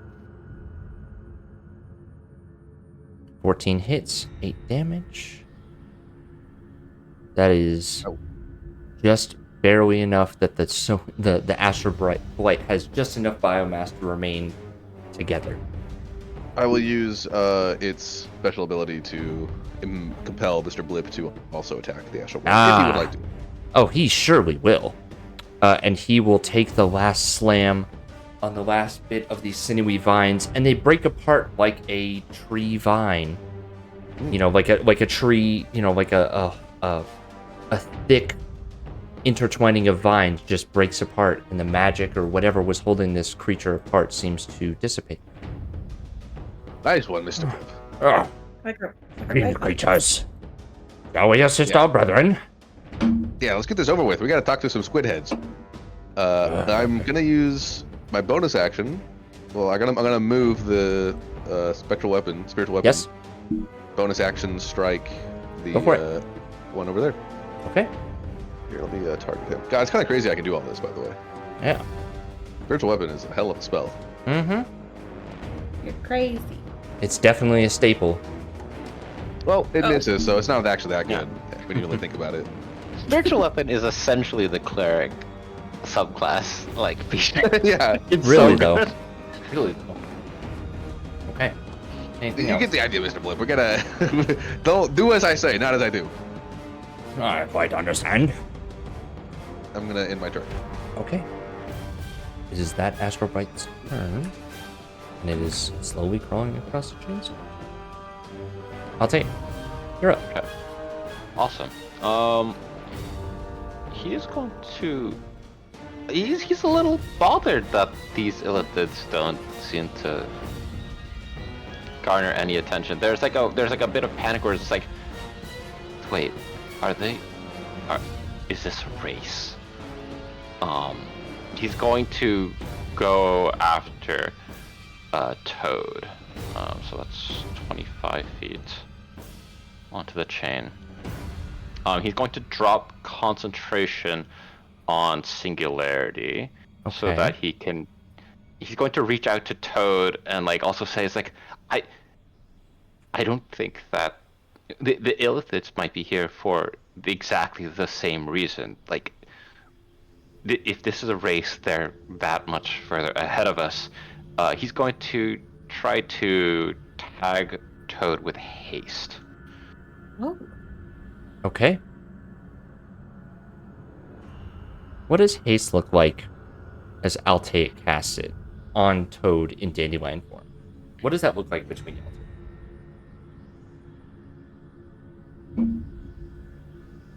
Oh, okay, so let's not make this. I'm fighting the instinct to be like, all right, let's go into full venom. But this is like a sequence where, like with, I think I mentioned like comprehend languages as like a moment of like reality blurring and like abstract thought becoming more clear. Haste becomes like a different sensation. of time. And I imagine it's this sequence of I imagine it's the sequence of like Altaic bidding this form of toad to essentially like overclock. Like in this sequence to just like read the read this combat as just read this combat as like giving her the time and the possibility to bridge these gaps between like her current state and her goal. Like if you wanted to be there that much faster, you can. You know, you could have the time between yourself and reaching or hitting wherever you wanted to. What do they look like when you are overclocked? I imagine all of the wire and flora that makes up Danny Toad's mane stiffens and becomes like a little fluffier, like when a cat's tail fluffs up. Mm-hmm. And I think their eyes maybe flash. What color is Altaic's magic? Or what color? I imagined it to be like purple and like black. I like the idea of it like representing like both cyberspace, like gravitational cyberspace, and like the nebula of space between. I imagine Toad's eyes flash like an earthy purple tone then. That kind of mixture of natural magic and I don't know. Something a little bit more otherworldly. Magic. Yeah. Oh, okay. Both of you take inspiration because that was the first time haste was casted. I'll take are you doing anything else your turn?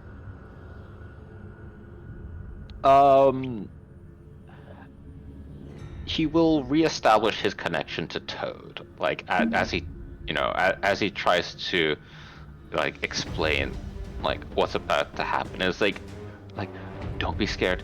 This is you seeing reality at like at twice the frequency. Don't be scared. I think I have the zoomies. Yeah, perfect. So and that'll be his turn. Okay. Reestablishing the telepathic speech with Toad.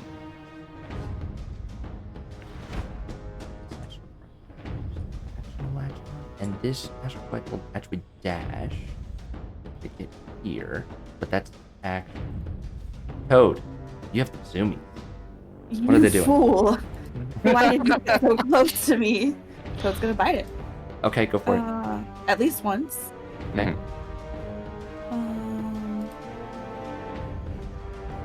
Ace is a hell of a spell. Mm-hmm. That strikes 8 piercing. Yep. I will roll the DC. Oh, sorry. Didn't mean to do that to you. I will add your 8. Okay, let's apply that. Wait, okay. That finds purchase. Are you channeling more fire into this creature? No, I guess not. Okay. But I will instead bite it again. Go for it. Did it fail? Did it make a sorry. check? It does fail. So, because it is on the rock, it is prone. That's the way okay. that it is. I set get up. advantage. Mm-hmm. No. Nice. Oh, I don't know if I can. Oh, I can. Okay. Hell yes. 24 to hit. 24 definitely hits. Roll damage. Oh, damn it. Creature is losing much of its biomass. Many of the vines seem to be shaking apart. Oh, does it look like it's, no. Toad glances at the illithids, glances at Altaic and the vine creatures that are still left. Sighs, and I guess we'll stay still. I've got it. You can go. You can go. Are you sure? How much of this astral bite is left after Toad has bit it twice, knocked it prone? This creature is badly injured. Gotcha. Yeah, there is a moment, where Altek's like, there's not much left of, like, as quickly as his like thoughts can get through, which probably seem like twice as slow now to Toad. It's like, there's not much left of him. You can go. I'll be right behind. Okay. Toad's gonna run. I know I'd probably take it. Well, he's prone, right? Yeah. Yep. You can go right through that space. That is everything to that 25 is normal movement. Okay, I would like to. You have double movement as well. And then I like to jump to this one. Okay. So you can do that, and you do have double movement with haste. So just make me a acrobatics check with young Dandelion. If they're not proficient, it would just be a dex check. Oh, I'm gonna burn that brand new inspiration. Okay. Hell yeah. Oh god. At least it's on that one. Toad is prone, but you can use half your remaining movement, which you have like 55.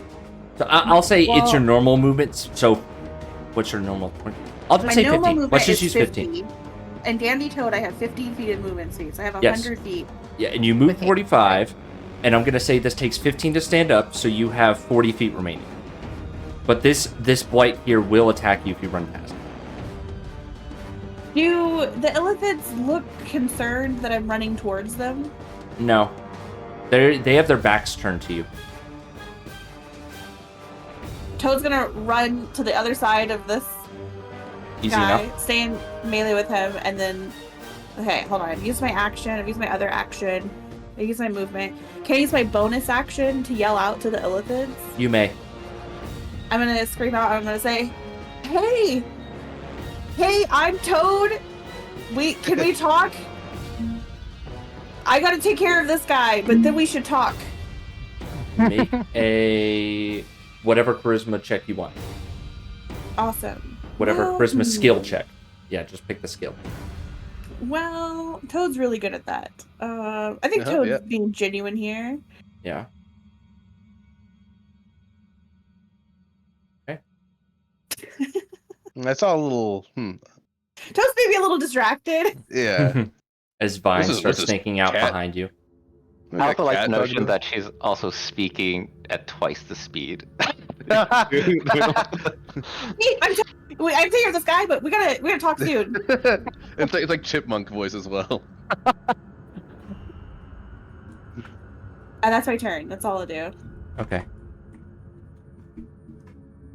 All right. It is the astral plane. Yep. It's immediately here, so it's going. You came to it. It is going to pull heat from you. The first strike is a 13. I assume that misses. That misses. The next strike is a 20. You suffer 7 radiant damage. No worries. It is now Mr. Blip's turn. He will take a few steps forward, twirl the maul in his hands, and attempt to knock that blade off the chain. Just lay forward! And he does strike true. 10 damage total. That is enough to kill this creature. As he swings and knocks it in it like tree branches spattering everywhere. And he begins to walk just a little bit further. I'm gonna say he's directly underneath the spiritual weapon, but I'm not gonna stack them. Okay. It is what it is. It's a floating little thing. I can take care of this foul creature, should you need to get to an archaeologist. They are simple enough creatures.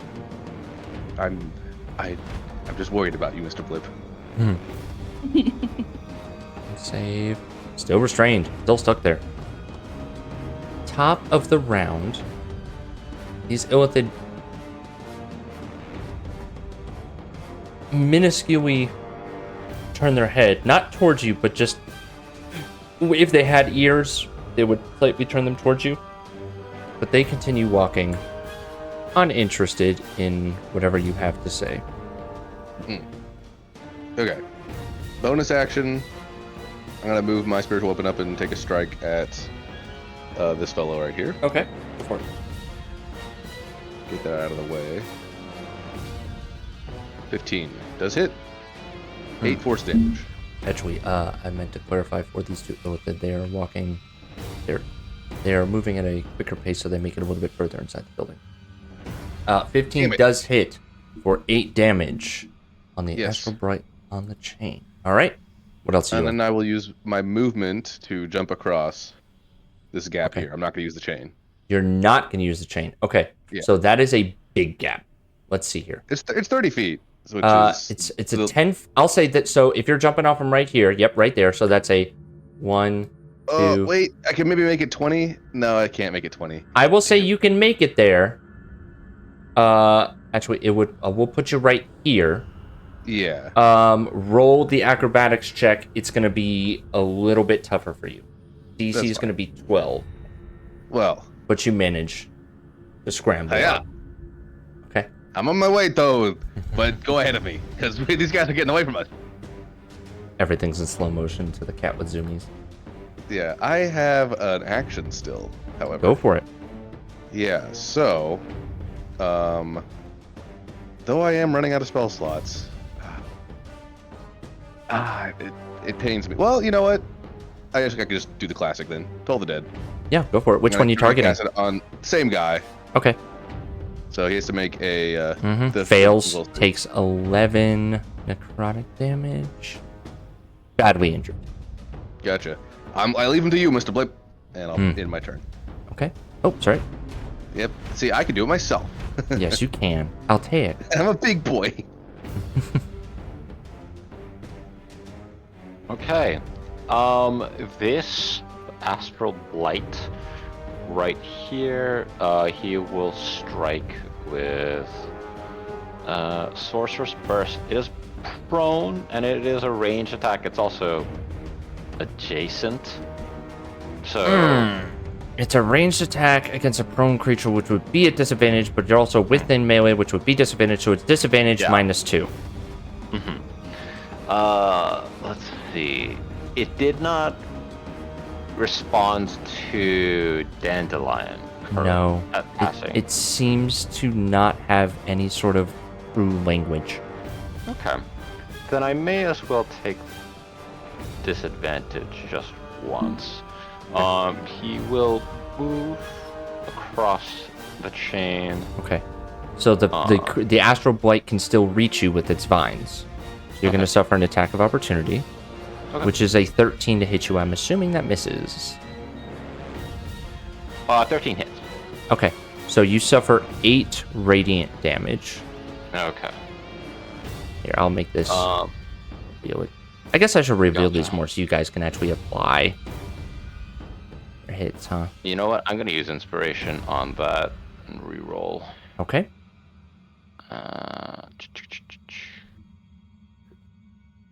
Con save. Okay. That's more like it. I have 1, and then he will attack it at disadvantage with Sorcerer's Burst. Okay. Roll the hit. All right. Did that do the disadvantage portion? No. That did not. So yeah, just do it one more time. Okay. 13 is enough. All right, cool. And then you do 5 damage. How does your Sorcerer's Burst kill this creature? This is a matter of like it. This is a matter of like Altaik wanting to catch up to not only Dandelion but these other Illithid that appear. That this thing like struck him while he was leaving, like just left him more annoyed. He casts back like a Sorcerer's Burst, like along the vines that swatted him, and he tried to like burn it from the vines out. Ooh. And it's just like levels like you had a chance. And that's his Yeah. With his bonus action, he'll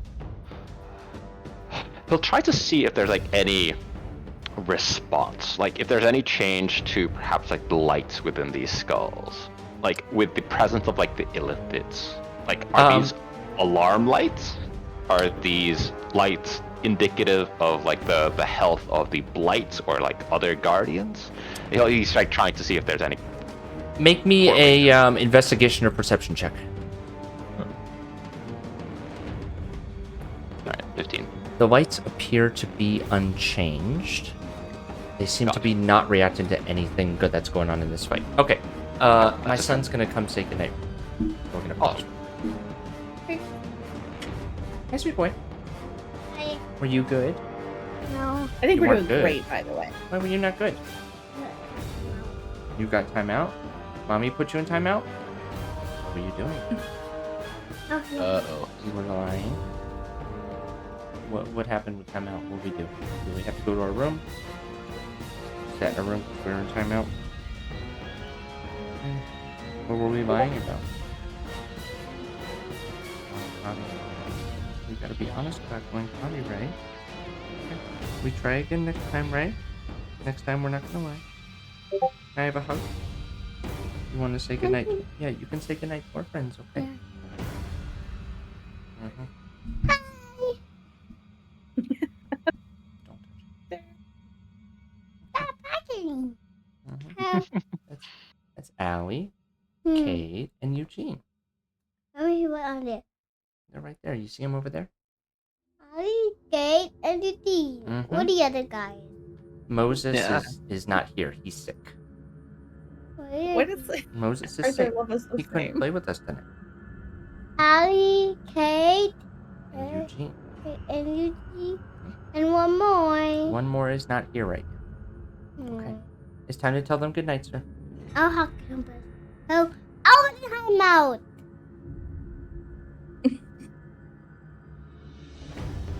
Almost like You gotta go to sleep. bragging. I don't get it. Yeah. Okay. Good night. Over Over there. We there. can't talk wrong. You Good gotta night. get it. Thank you, sir. I'm Mowgli, Daddy. You're Mowgli. Yes, you are. Mowgli has to go to bed. Thank you. Good night. I love you.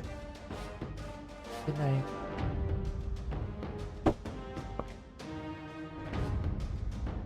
That's his first Moses time will be being. happy to know he's the favorite still. Yeah. Well, that was the first time we've ever put him in timeout at home. So Oh. yeah, Poor we're buddy. trying. Yeah, We're, right. we're attempting to enforce some discipline at home. Okay, I'll take just one. Mhm. Right, the one that is right here. Okay, half the reach does not have the reach, so it will hit that. That's its turn. Young Dandelion Toad, what are you doing? I will bite the one that's next to me. I'm full of rage that the guys don't want to have anything to do with me. Go for it. It's 12 damage. A DC 14 strength save. Make you do that real quick. Fails. Is thrown. I will say it gets thrown. I'm gonna say the prone on the. I'm gonna say it moves one square over and is prone. It kind of gets knocked into the asteroid here. Toad sighs loudly, turns around, takes a step back, bites it again. Okay. But now This at time with advantage, yes. 16 hits. 16. 8 more damage. 8 more damage. It How is alive still- does it look? It looks barely alive. It looks like one more Oh. bite would take it out. I got it, Toad. I got it. I got it. Toad's gonna run towards the elephant. I'm imagining like just 5 hyper feet. pop in the background. You know, like the Nyan Cat meme from Forever. Yeah. Alone? Toad right now. Toad's gonna move 50 feet. That's Well, I 50. guess You 1 feet moved back. 5 Oh, before. You have double But I movement. also moved 100 feet, so I'm gonna Mm-hmm. run into the doorway. Mm-hmm. Toad's And moving at I'm 120 FPS. Mm-hmm. Got a new GPU. Toad's gonna once again call out, "Hey, I don't think you heard me. I'm Toad. My friends are back there fighting some weird vines. We can be friends. We can talk. What's your name? How do you meet people? How do you people? Okay, How do you?" roll me one more persuasion.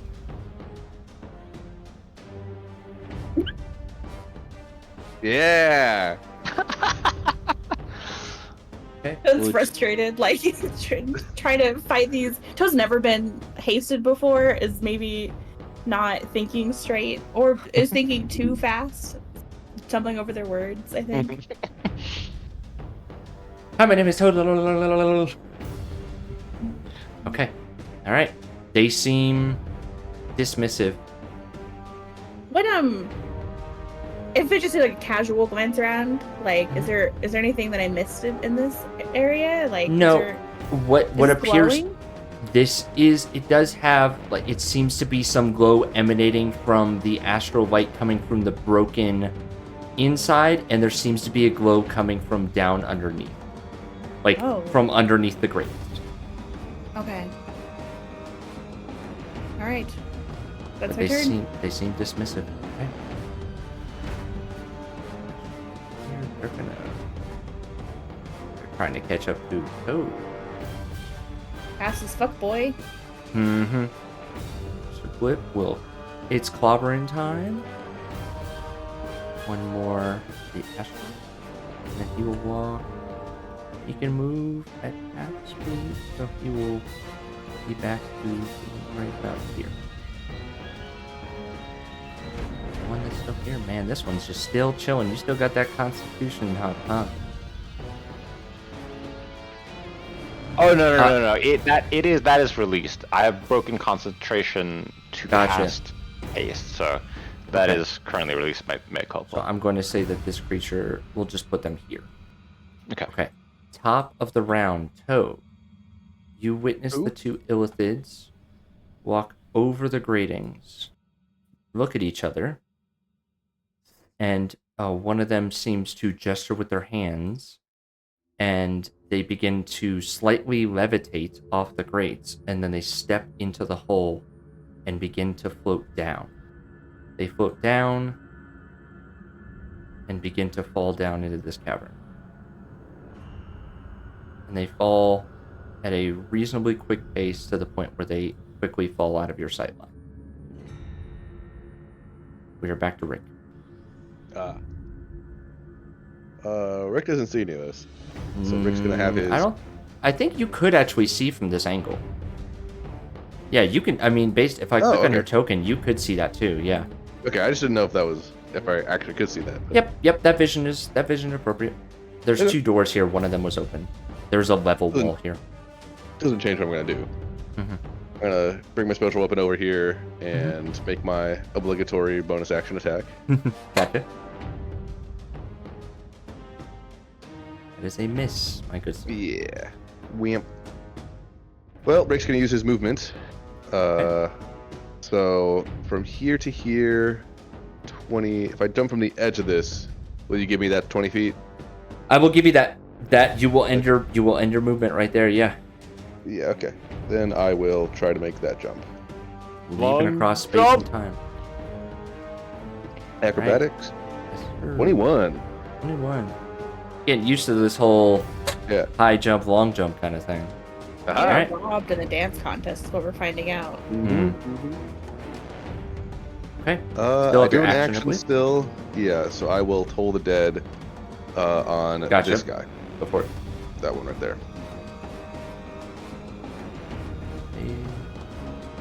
Succeeds with a natural 20. Well, okay. Wow. Oh, these are public. You can see. Yeah. I didn't get it, troll. And I'll end my turn. Okay. Okay. Altaik will use his action to dash, Okay. bringing So- himself. When you were dashing across this line, you Yeah. need to make an acrobatics check to remain upright, moving at high speed across this chain. Gotcha. 17. You were able to do so. Yeah, there's an element where in heavier gravity, something about the fall down a crevice bothers him, but falling into space, floating into space doesn't seem to clutch at Altaic's heart the same way. And he's going to with his, well, that's already established. He's going to ask Toad, what happened? Where did they go?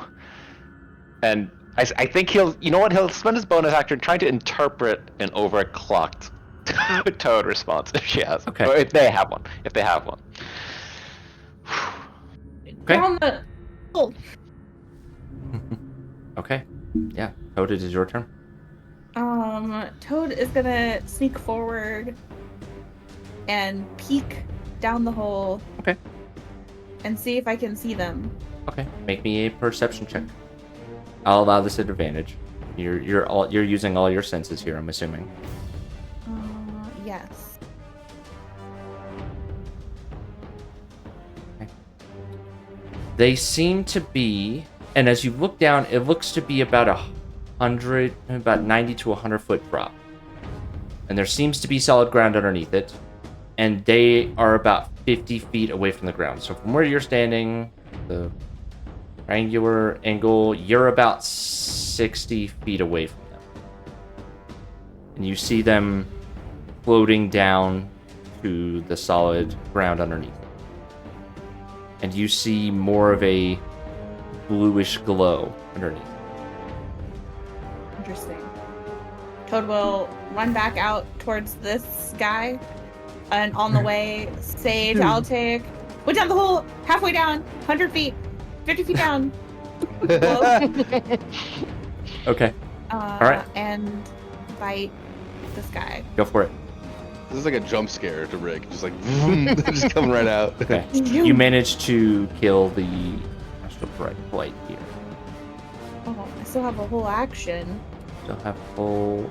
Is it full He action? dashed back. Yeah. Good dash. Toad will take the dash action and dash back to the hole. She's coming. Vroom, vroom, vroom. Toad just doing laps back and forth. Very much Zoomies energy. Very much Zoomies energy. I love it. And I love that for them. Can Toad call down the hole? Have you used your bonus Right. action? I have Yeah, not you used use my that bonus perception. action. We'll call that perception Oh, I check did your a bonus bonus- action. okay. Yeah. You can try to say something, but it wouldn't be a roll, or it'll be a high DC. Hey, I don't think you heard me. Hello? Persuasion at disadvantage. That's where I get a nat 20. Come on. You jinxed yourself there. I got a 1 and a 3. That's terrible. Okay. All right. We're not That's your talking turn? Delta today. All right. We'll wrap this up real quick. Mr. Blip is gonna mosey on over, pull out the old wombo combo of his magical weapon with attack. Strike it once. I'm gonna adjudicate this because there is Wow, there is his hammer made a weird noise. Ah. I am gonna let It's this the play hammer out of in sneezing. normal. Rick, it is your turn. You Yep, go ahead I and roll will- to try to will take do- this go guy ahead. out. Yeah, I'll swing the spiritual weapon. Okay. There we go. All right. 12 damage. Damn, Enough? that's enough. That's enough to kill the blight. Yep. How does Hell your yeah. how does your spiritual weapon kill the astral blight? I'm mowing the lawn. I just start cutting it from head to toe, just taking off a little layer each time. Yeah. The vines Going break apart down. quickly. Okay. Yep. All right. All right. that is the last of the astral flights that we all can see. Do I you have guys to want make a acrobatics check to jump over this little No, gap here? you do not. Then I will use my 30 feet of movement, and Okay, I think nor we're just do out you of need to initiative do order it at this right point. here. Yeah. Mr. Blip will quickly make his way Blip. to you. Are you okay? Well, I'm quite fine, young man. I could use a quick breather, but I'm well enough fine to press on. He's still at about 2/3 health. He's relatively okay. Okay. Nonetheless, I'm going to give him a potion of healing. Oh, that's quite generous of you, Doctor. I appreciate it. He will. Is it a basic healing potion? You can go ahead The and greater one, 4d4 okay, go ahead. plus 4 hit points. Okay. Slash R. 4 Yeah, go for it. Yeah, roll that for me. plus 4. I was hoping it would make you, when I click on it, it would let you do it, but whatever. Okay. 44 plus 4. Okay. 17. Pretty good. Yeah, that gets him back Oh, up to specialty. just almost full health. And I will say from this point on, because now you've been in a combat with him, I will allow his hit bar to be revealed. Beautiful. Do you guys want to Long take a as break Mr. before Blip- you jump into it, or you guys want to sort out this thing real quick? Let's take a break. Yeah. Break sounds good. Let's do you guys do 5? Yeah, sounds good. Let's do 5. Gotcha. So 35 will be back. Yes. Okie doke. All right. Unpaused. Okay. So, with the fight concluded, I will delete your spiritual weapon. Yeah. Yeah, I get it out of here. All right. How long does haste last? In the minute, so you're going to be hitting a wave of lethargy. Yeah, the come downs are brutal. I was gonna run in circles for like the last 30 seconds. It's just a blur. We're like, whoa, oh my god. I'm so fast. This is the coolest spell ever. Wait, no, not. Don't keep running against the wall. You're gonna come to a stop. Oh, feels so good. This is like when I tried to eat food. Okay. What are the side effects of haste? She essentially loses her turn. Oh, okay. She becomes Gotcha. like incapacitated. Okay. Sasha, Allie, Kate, and Eugene wanted me to pass the things off to you for your Christmas presents of these maps because they appreciate the cool map. Thank you, Sasha. Thank Thanks, you. Sasha. Also, you look really nice tonight. She says you look really nice. Oh, excuse me. Allie says you look really nice tonight. That was a big sigh. There's a big sigh. I get it. I get Been it. playing a Sasha. lot of My Time at Sandrock. That's been her new hyperfixation. As Oh, it's a fun game. yeah, it's wild. You Yeah, should try Coral Island if she hasn't. yet. We have Allie talked about Coral Island. Yes. She said everybody coin. Everyone's so attractive in that game. It's really Absolutely. okay. Absolutely. I will agree with that sentiment. Okay. Back to the pressing issues at hand. Yeah, young Dandelion Toad is on the come down. I don't like this. Do not become addicted to the haze. Do you keep your form? Do you keep your dandelion form? Yeah, I think I'll stay in Dandy Toad form for a while. Okay. I can talk quiet enough that we can just leave it open. So she's not to freak out. Okay. Alright. All right, so they went down the big hole. What's down the big hole? Yeah, Is can there can we see down there, or is it dark? If you look down, it looks to be a large stone about 90 feet down. Seems to be solid stone. And the Illithids have already made their way all the way doin and are out of Yes, sight. they have. You don't see them anymore. Mr. Blip, you didn't happen to bring any rope with you, did you? Let me see. Imagine that I did, but Damn it. no. I keep a small supply. I have 30 feet. Ah, Oh. Toad, can you summon those eagles? Maybe. Oh, the eagles even fit through the grate. I don't have that capability anymore. I'm pretty tapped. Uh, I could. What if I turned into a giant spider and created a web that went down? Ooh. I Could I would do also that? suppose that that we could maybe salvage some of the rope from the ship, but I don't from the airship, but I cannot guarantee its integrity. But Toad, you seem to be having a plan of your own. I'm gonna, Mr. Blip, please don't be alarmed. I know that I'm cute and cuddly in this form, but you should be assured spiders are equally cute and cuddly. And Toad will. I have seen webs. This is nothing new to me. Turn into a giant spider. Ah! I was not expecting that token to burst out of the token border. Okay. It feels like it has accurate lighting to this scene too. Yeah. It does. So creepy. It is creepy. You tink Yeah, tink tink Toad tink all in the will middle. tie a little web off to the top of one of the grates and then lower themselves down slowly. Okay. Oh, you know what? Do Let we me come cast. with you? Is it dark down there? It's dark in the tunnel, but there is light at the bottom. Okay, never mind. Then I was gonna light Toad up, but we don't need to do that then. Okay.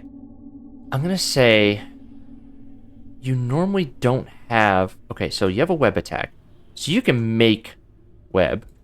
Yeah, I'm gonna say because you have a climb speed, I'm going to say you can produce enough webbing if everyone holds on to you. That you can lower giant toad spider down. However, if anyone should fall off of the spider, you're plunging that 100 feet. Or you're plunging some level of feet. Rick moves back. Could I take one at a time? I'm a large creature. You can take at least 2 at a time. Like without them falling off. Oh, to be safe, you could take 1 at a time without them falling. It would just be a slower process. Can we afford to be slow?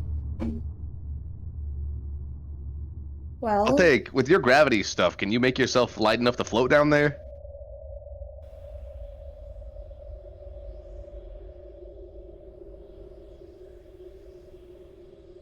Guess not. I'll take. Sorry, Celestial unfortunately, sorry. Unfortunately, I seem to have lost the knowledge for the more gentle cushioning of Featherfall. Otherwise, it would just be a closer to a hard stop in midair. Oh, ugh. It's kind of like the whole thing we're trying to avoid. A slightly, I could perhaps stop someone from dropping a full distance, maybe. Any handholds around the edge of the pit here, It's or is it like smooth? It is smooth. You can try to make your own handholds if you have the climbing gear for something like that. Do not. I could just go down and try to talk to them. Yeah. Or see what's down there. Or one of you could come with me. It's up to you. I mean, if you see him down there, then I kind of feel bad leaving you alone, though. You know what? I'll hop on the back of the spider toad. All right, I'll go. Oh, excellent. Just like really excited Okay. about the development. Yeah. I'll take will also be going down. Right. We'll also, be happy to be accompanying them as well. Okay. And that being said, he will prepare singularity, like as they go down to catch someone. Okay. If So that, you were going 1 at a time on Toad, there's no risk of falling. If you go more than one, it's faster, but there's a risk of falling. Yep, I'm good with that. Blip. Wait, Hold is down it the one foot. person risk of falling or everyone risk of falling? The people riding both have a risk of falling. I'm good with that. Yeah, we can't Okay. waste any time here. Okay, so are you doubling up for one on the first one, and then you're coming back up to get Blip? Or you even Blip up there? Blip. Well, I would like Blip to see if he can figure out like what this place is about. Yeah, just be careful, and if any more of those vine guys show up, let us know, and we'll come right back. I shall shout Okay, down well. the tunnel should there be any issues. Altair will set his telekinetic speech with Mr. Blip. Oh, interesting. Mm-hmm. Can you hear me? Is this thing on? Tink, tink, tink, tink, as he taps his brain. It's like, I'll be right here with you. It'll be just like watching over your shoulder. Just let us know. Just try to see if you can understand anything about the structure, or go ahead with your plan to, find us another way out, perhaps. I shall proceed to do so. Be safe down there. Good luck. All right. So the three of you descend, being held up by spider silk coming out of a It's Warforged stronger than druid. steel. it was pretty strong. It's true. Strong spider silk. Mm-hmm. Okay. So you're holding out of the mechanical body of Toad in spider form. As you are proceeding down, you need to maintain a grip strength. So I'm gonna say roll Toad, roll me a 1d10, please. Okay. Okay. 50 feet down, both of you feel your grips start to lighten. I need you both to make me athletics checks to hold on. I'm a strong boy. Ooh, I'm gonna re-roll that. Rick, Let me you spend feel your grip inspiration. slipping. I'm gonna And is re-roll this that normal gravity, or have we returned to normal gravity? in this The time gravity is beginning to normalize, and that is affecting your grip. before? Gotcha. Well, I'll take 13. Okay. Rick, your grip slips, and you're beginning to fall. Do you activate the singularity at 50 feet? Yes. Yes. Okay. So you position it in a way that it sucks him slightly up before he hits the ground? How are you doing it? Because singularity can like hold him in his tracks, Altek wants to catch him in the air as early as possible. So, which may be still a sudden drop, but may not necessarily be. Yeah. But perhaps not the full drop. Like he wants Okay. to hold him in place long enough for Toad to be able to come in and for us to pick them back up again. Yeah, it's not gonna be Gotcha. a soft save though. I'm probably still gonna take some fall damage from that. Yeah, but this may not be full amazing Spider-Man. Yeah, you're Gwen suspending him from midair. You're not gonna Gwen Stacy me, okay? Rick, make me a dexterity save in order Okay. to fall straight down versus into the wall. Ooh. You do bounce against the wall before you get sucked into the singularity. You take 1 bludgeoning damage as you were wrapped up in the singularity. I'm dying. No. Oh. Okay. You Gwen Stacy'd me. You Gwen Stacy'd me. The fact that you're sick. Who's Gwen Stacy? Gwen Stacy is, but I'm sorry. Cannon. Okay. So you wrap him back up in the singularity. Oh, not the gif. Oh man. Okay. Big sad. All right. How long does the singularity hold? For a minute? Yes. Okay. No roll required. Actually, let's make a roll to see how long this takes. Rick, go ahead and make me a Let's just use athletics again. Let's do an athletics check. Okay. Man. You were able to get a foothold back onto Toad's body, and you begin spindling back down. Oh, got you. Whew. Ooh, well, Okay. a bump on my head. Ooh. Toad, the gravity is beginning to affect at about 30 feet, the gravity is beginning to affect the tensile strength of the webbing at the length that you're at. I need you to make me let's call it a wisdom save as you're using a druid wild shape form. Okay. You're able to continue producing silk, and you lightly touch the ground. And as you quickly survey your sights, a sense of deja vu strikes you, as the layout of this room is eerily similar to a room that you have been in before. Oh.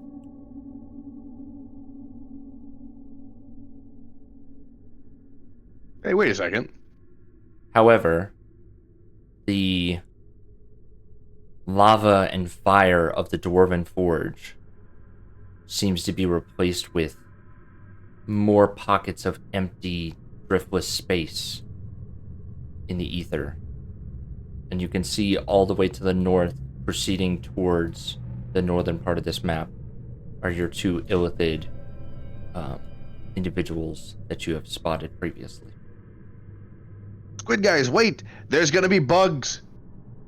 A lot of bugs! Okay, you yell out to the illithid. Alright. Go ahead and make me a persuasion check. Man, we're just not getting through these guys.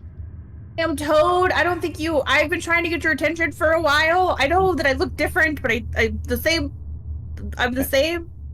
Yeah, I'll allow let's do that as a helping action, so Rick rolls again. Nice.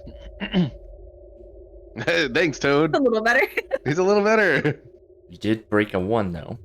Yep. They still seem ignorant to your speaking, and they seem to be approaching the forge and staring at it, and then looking. They seem to be telepathically communicating amongst themselves while also looking at the forge.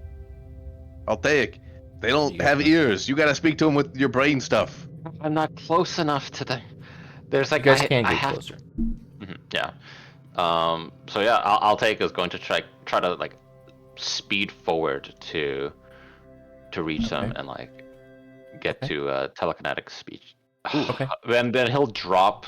If that happens, he drops speech with Mr. Blip. Okay. Uh, Okay. Is there an alternative? Not. He can cast. That spider's so creepy, man. I know, Toad's tweaking right now. Toad's like, skitter. I like being a spider. Okay, so move yourselves up to where you want to at this point. You can. Wait, what's a giant spider Toad's movement speed? 30. Same as mine. Okay. Okay. Yeah. I say it could be, maybe it's quicker, but it's not. But you could if you wanted to.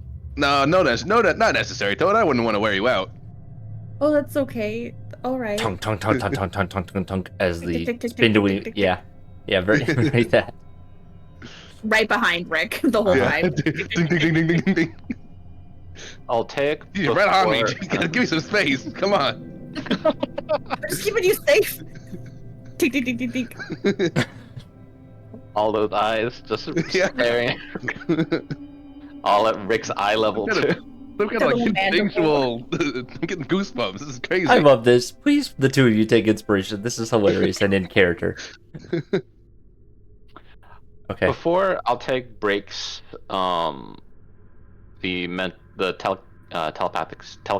telepathic speech with Mr. Blip, he'll ask for like an update. It's like Okay. we're about to make contact with the cephalids, the illithids. Okay. Has anything changed on your end?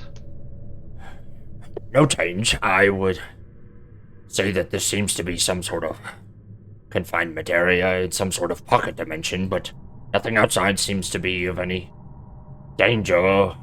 Maybe some long-term investigations may yield some results, but I will continue my search. Okay.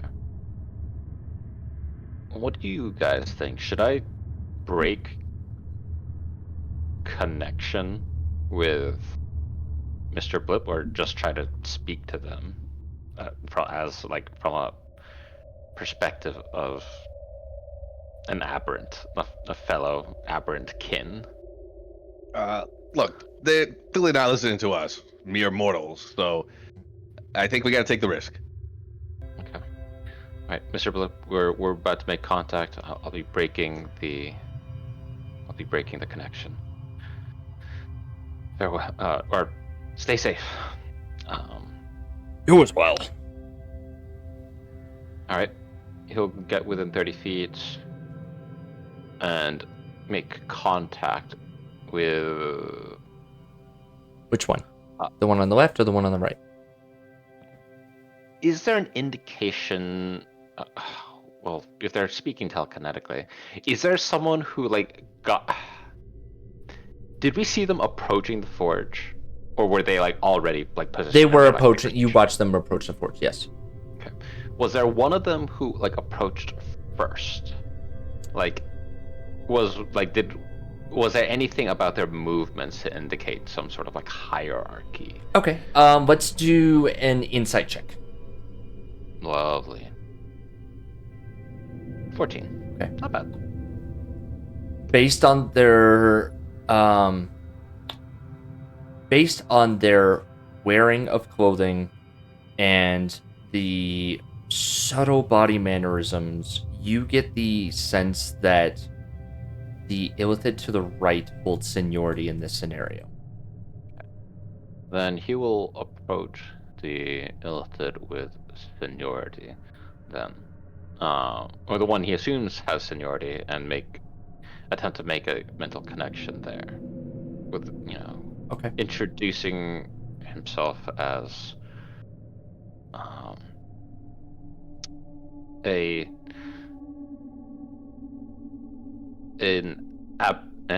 an aberrant crew member aboard the Dragonhawk who witnessed a nautiloid being eaten by this Spelljammer whale. Okay. Make me a persuasion check, please. Gotcha.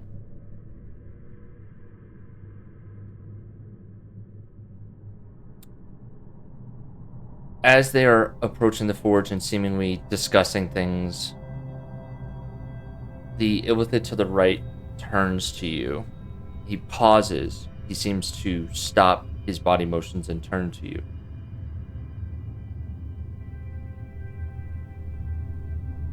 He gazes over you with his clearly working eye and then clearly some sort of mechanical or arcane magical eyes. And they seem to look right into you. And it's a piercing gaze. And it is an assessing gaze. Say, you hear the voice in your mind.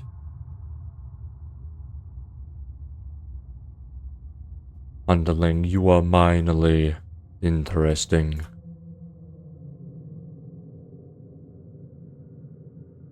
However, there is much to be done. Leave us. We have experience with forges of this sort and the sort of activity and defenses they activate. For the sake of both of our missions, it may, we may best consider a method of pooling our resources. As you're talking, the illithid to the right seems to make eye contact with the other illithid, and the other illithid begins reaching into a side pack. Or actually, excuse me, a larger like pack on its back, and the opening widens like to a good 5, 7, 8 feet, and it begins reaching down and pulling out something out of this magical bag. The illithid to the right turns to you, says, "What defenses?"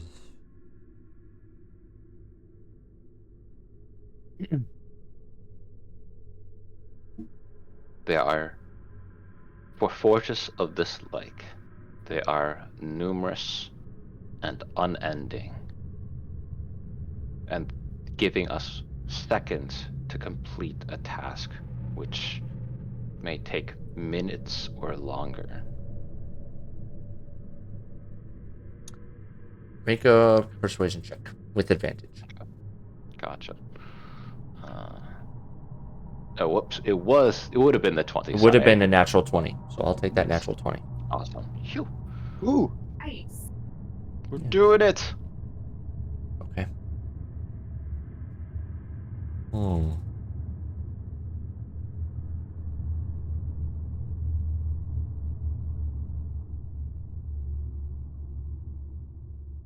Based Were you on consumed by the creature as well?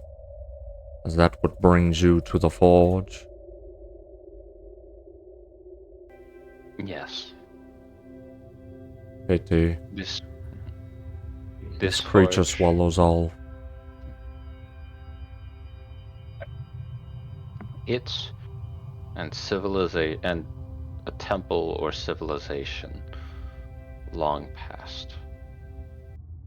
We can even this structure seemingly held within this creature is falling apart depending on how tremendous the activity is, the power is from this activation. There may not be another chance to repair or manifest or create what it is. We can align our interests.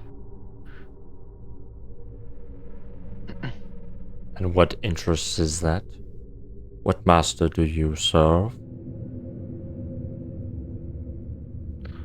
Survival. None of us will be able to subsist on this ship alone.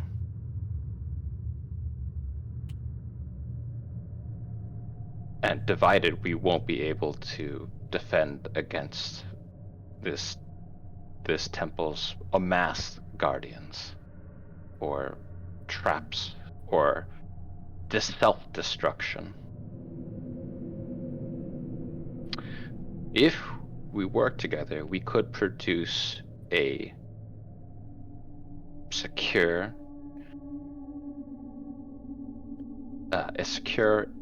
machine or organ necessary for spelljamming to escape this craft.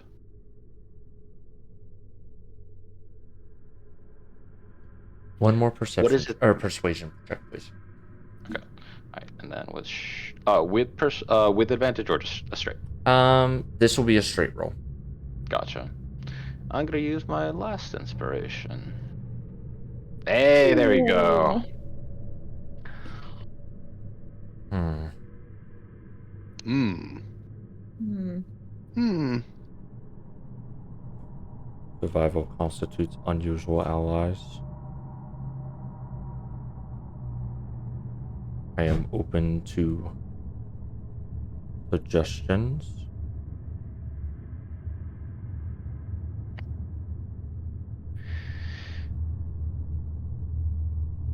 We build together, we build an element necessary for both of our crafts to exit the Spelljammer, or to exit this creature. Impossible. Unless you have the same ship, your technology is undoubtedly under advanced in order to synchronize with ours.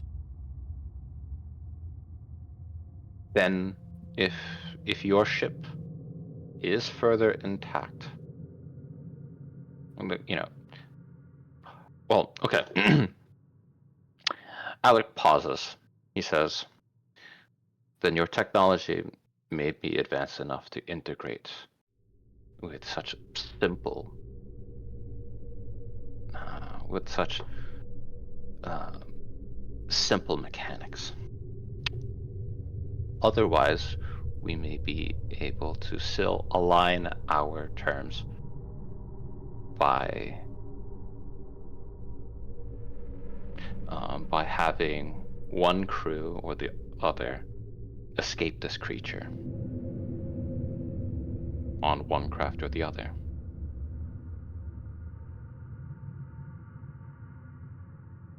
Your terms are reasonable. I am living proof of integration of both body and mind and mechanics between both your craft and the craft I currently crew on. You shall not serve as a conduit, but you may serve as a temporary assistant. We shall leave once we...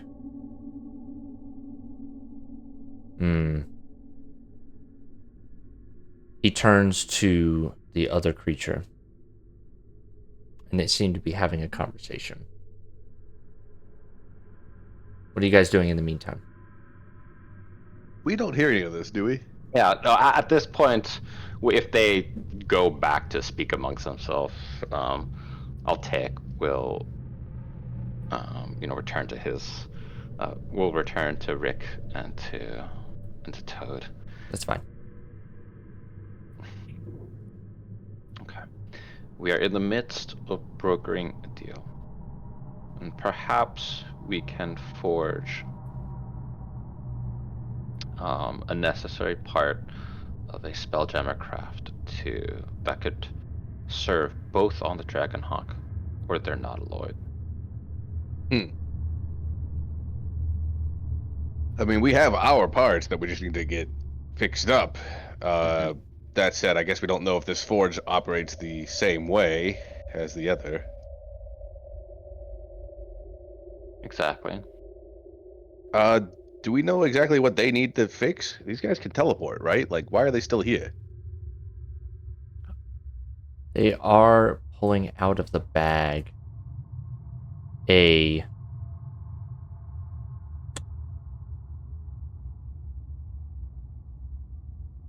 The best way I can explain this is a smaller version of the creature that was in the lowest area of the Nautiloid ship that went berserk that you fought. Gotcha. That little creepy beholder looking thing.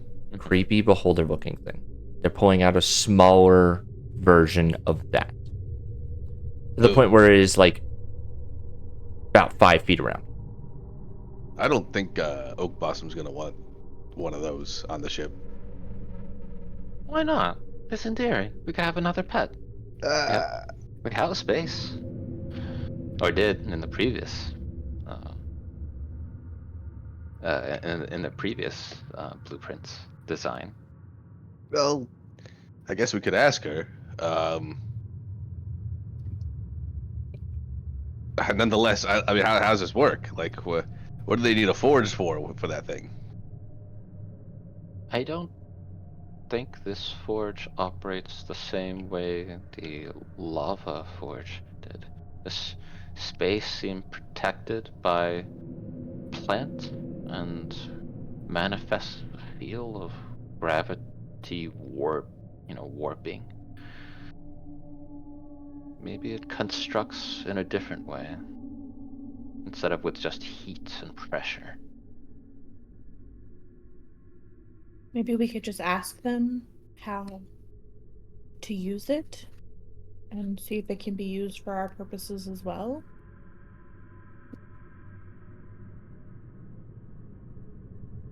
Alpec nods. So we would want that creature, that organ, to be purposed in a way that could also fit with the Dragonhawk crew. It should remain organic to serve for them. What's a creature that Oak Blossom would not only tolerate aboard her craft, but would benefit from? Not just a pet, but something that could enrich her. Give me a let's do a history check.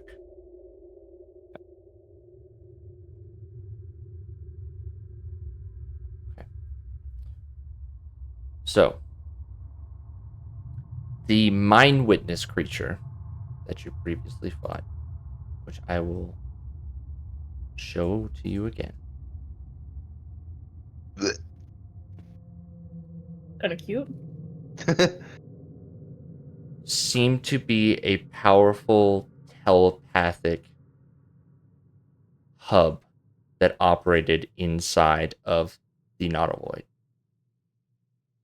It also had power in its eye rays that could melt you or drive you insane or stun you. So it has a degree of offensive capabilities and uncontrollability that you would have to account for, which is not out of the realm of possibility, considering that your power thrust is quintessentially a contained fire elemental. So theoretically, there is some technology that the Ondarians have to control powerful creatures in order to use them for the purposes of the Spelljammer in some sort of either voluntarily or involuntarily. Altaic's memories, or excuse me, Alric's memories are escaping you at this moment. Altaic will look to Toad and take inspiration. What if this is a creature that spurs to produce power like our own fire elemental enclosure? What if it was self-contained, armored from without, like an exoskeleton? Would that not be like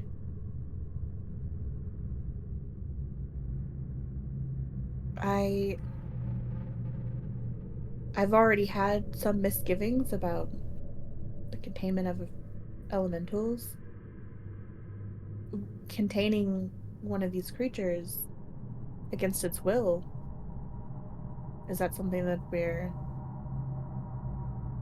okay with doing? What if it isn't trapped? What if it was a companion, like Oak Blossom herself? What if we... It's not such a far jump, is it? What if we compromise by channeling this mind witness into some sort of primordial spider? Similar number of eyes, appendages. Could feasibly still work for the illithids. Do you think you could do that? Find a way to... If there's only one of these creatures, and it's with the illithids, do you think you could find a way to channel some of its energy into something else? Would some of its energy be enough? I think there'll only be one of them. And I think we will be considering a brokered deal similar to one we have with a GIF, or in singular opportunity to have this creature aboard our craft. It is at this time, I'll take, that you feel a mental tugging in the back of your head. And as you turn around, the senior illithid is looking at you. I'm being summoned. Altaik will turn and try to maintain he'll try to mirror using the actor feat, the posture and affectations and gestures of the illithid in question. Make a performance check. Okay. Do you make that with advantage with the actor feat?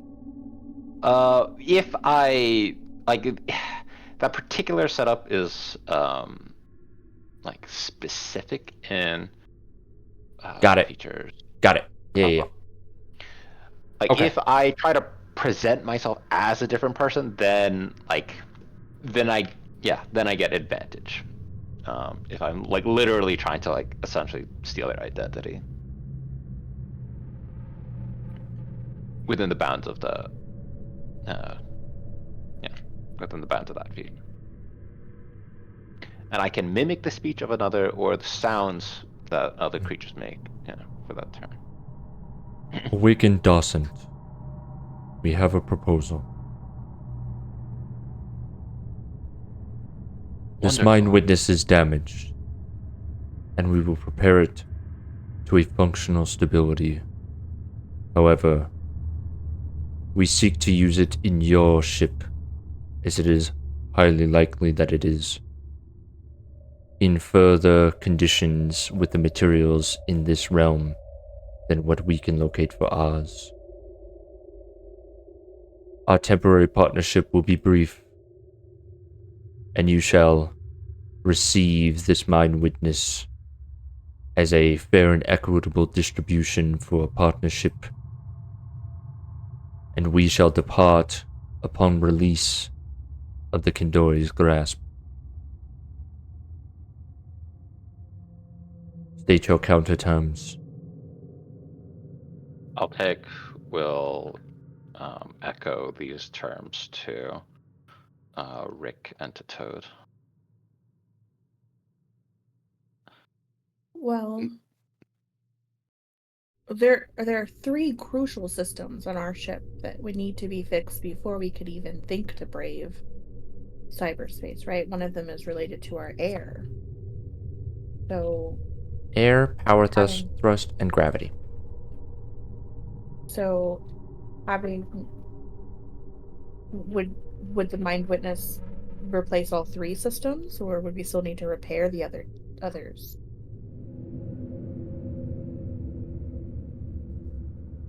My assumption is that it will replace the power, but Altaik will seek to will clarify with Toad's question and interpret. Will the mind witness can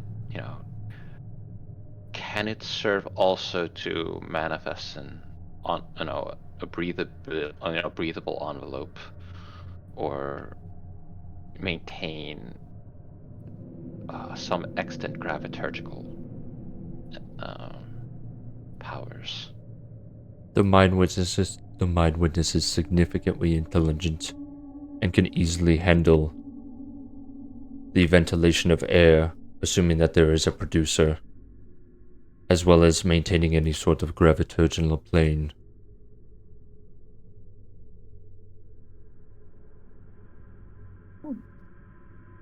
counter terms? In a questioning voice.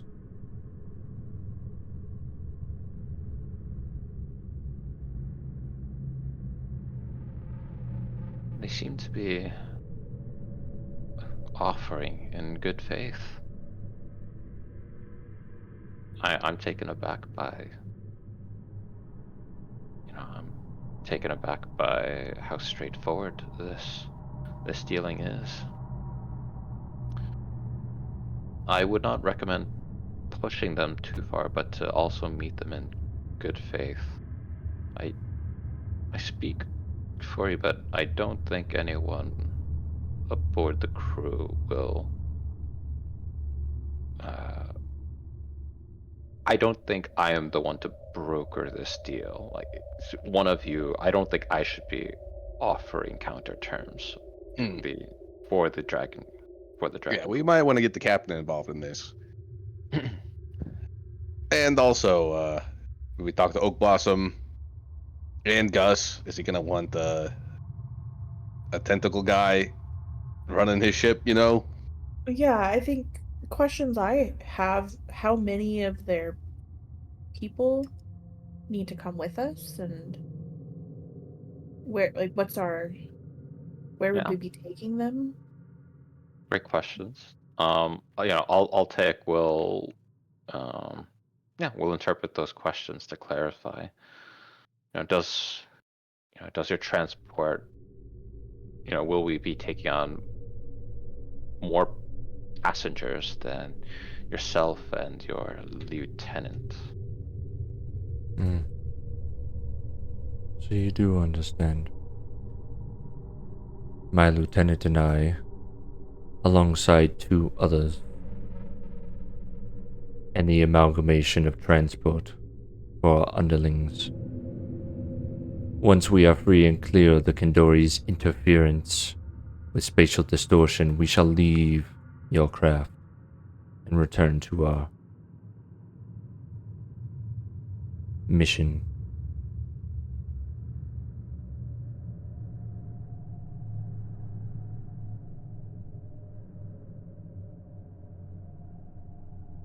So, they'll, as long as we help them get out of here, the 4 of them, in exchange, they'll give us this mind witness, which will replace all 3 of our systems that are broken. We'll replace 2 of your systems. The Well, ventilation and the gravity plane, not your power thrust. Okay. Okay.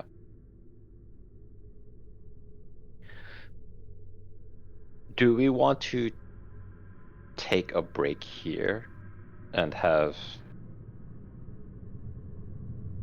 our captain Sure. essentially make the final? Yeah, that's, I mean, what do you guys want to do? You guys want to pause it here? Yeah. Yeah, I mean, it seems like that's not a decision we should make without Moses. Yeah. Okay. All right, then.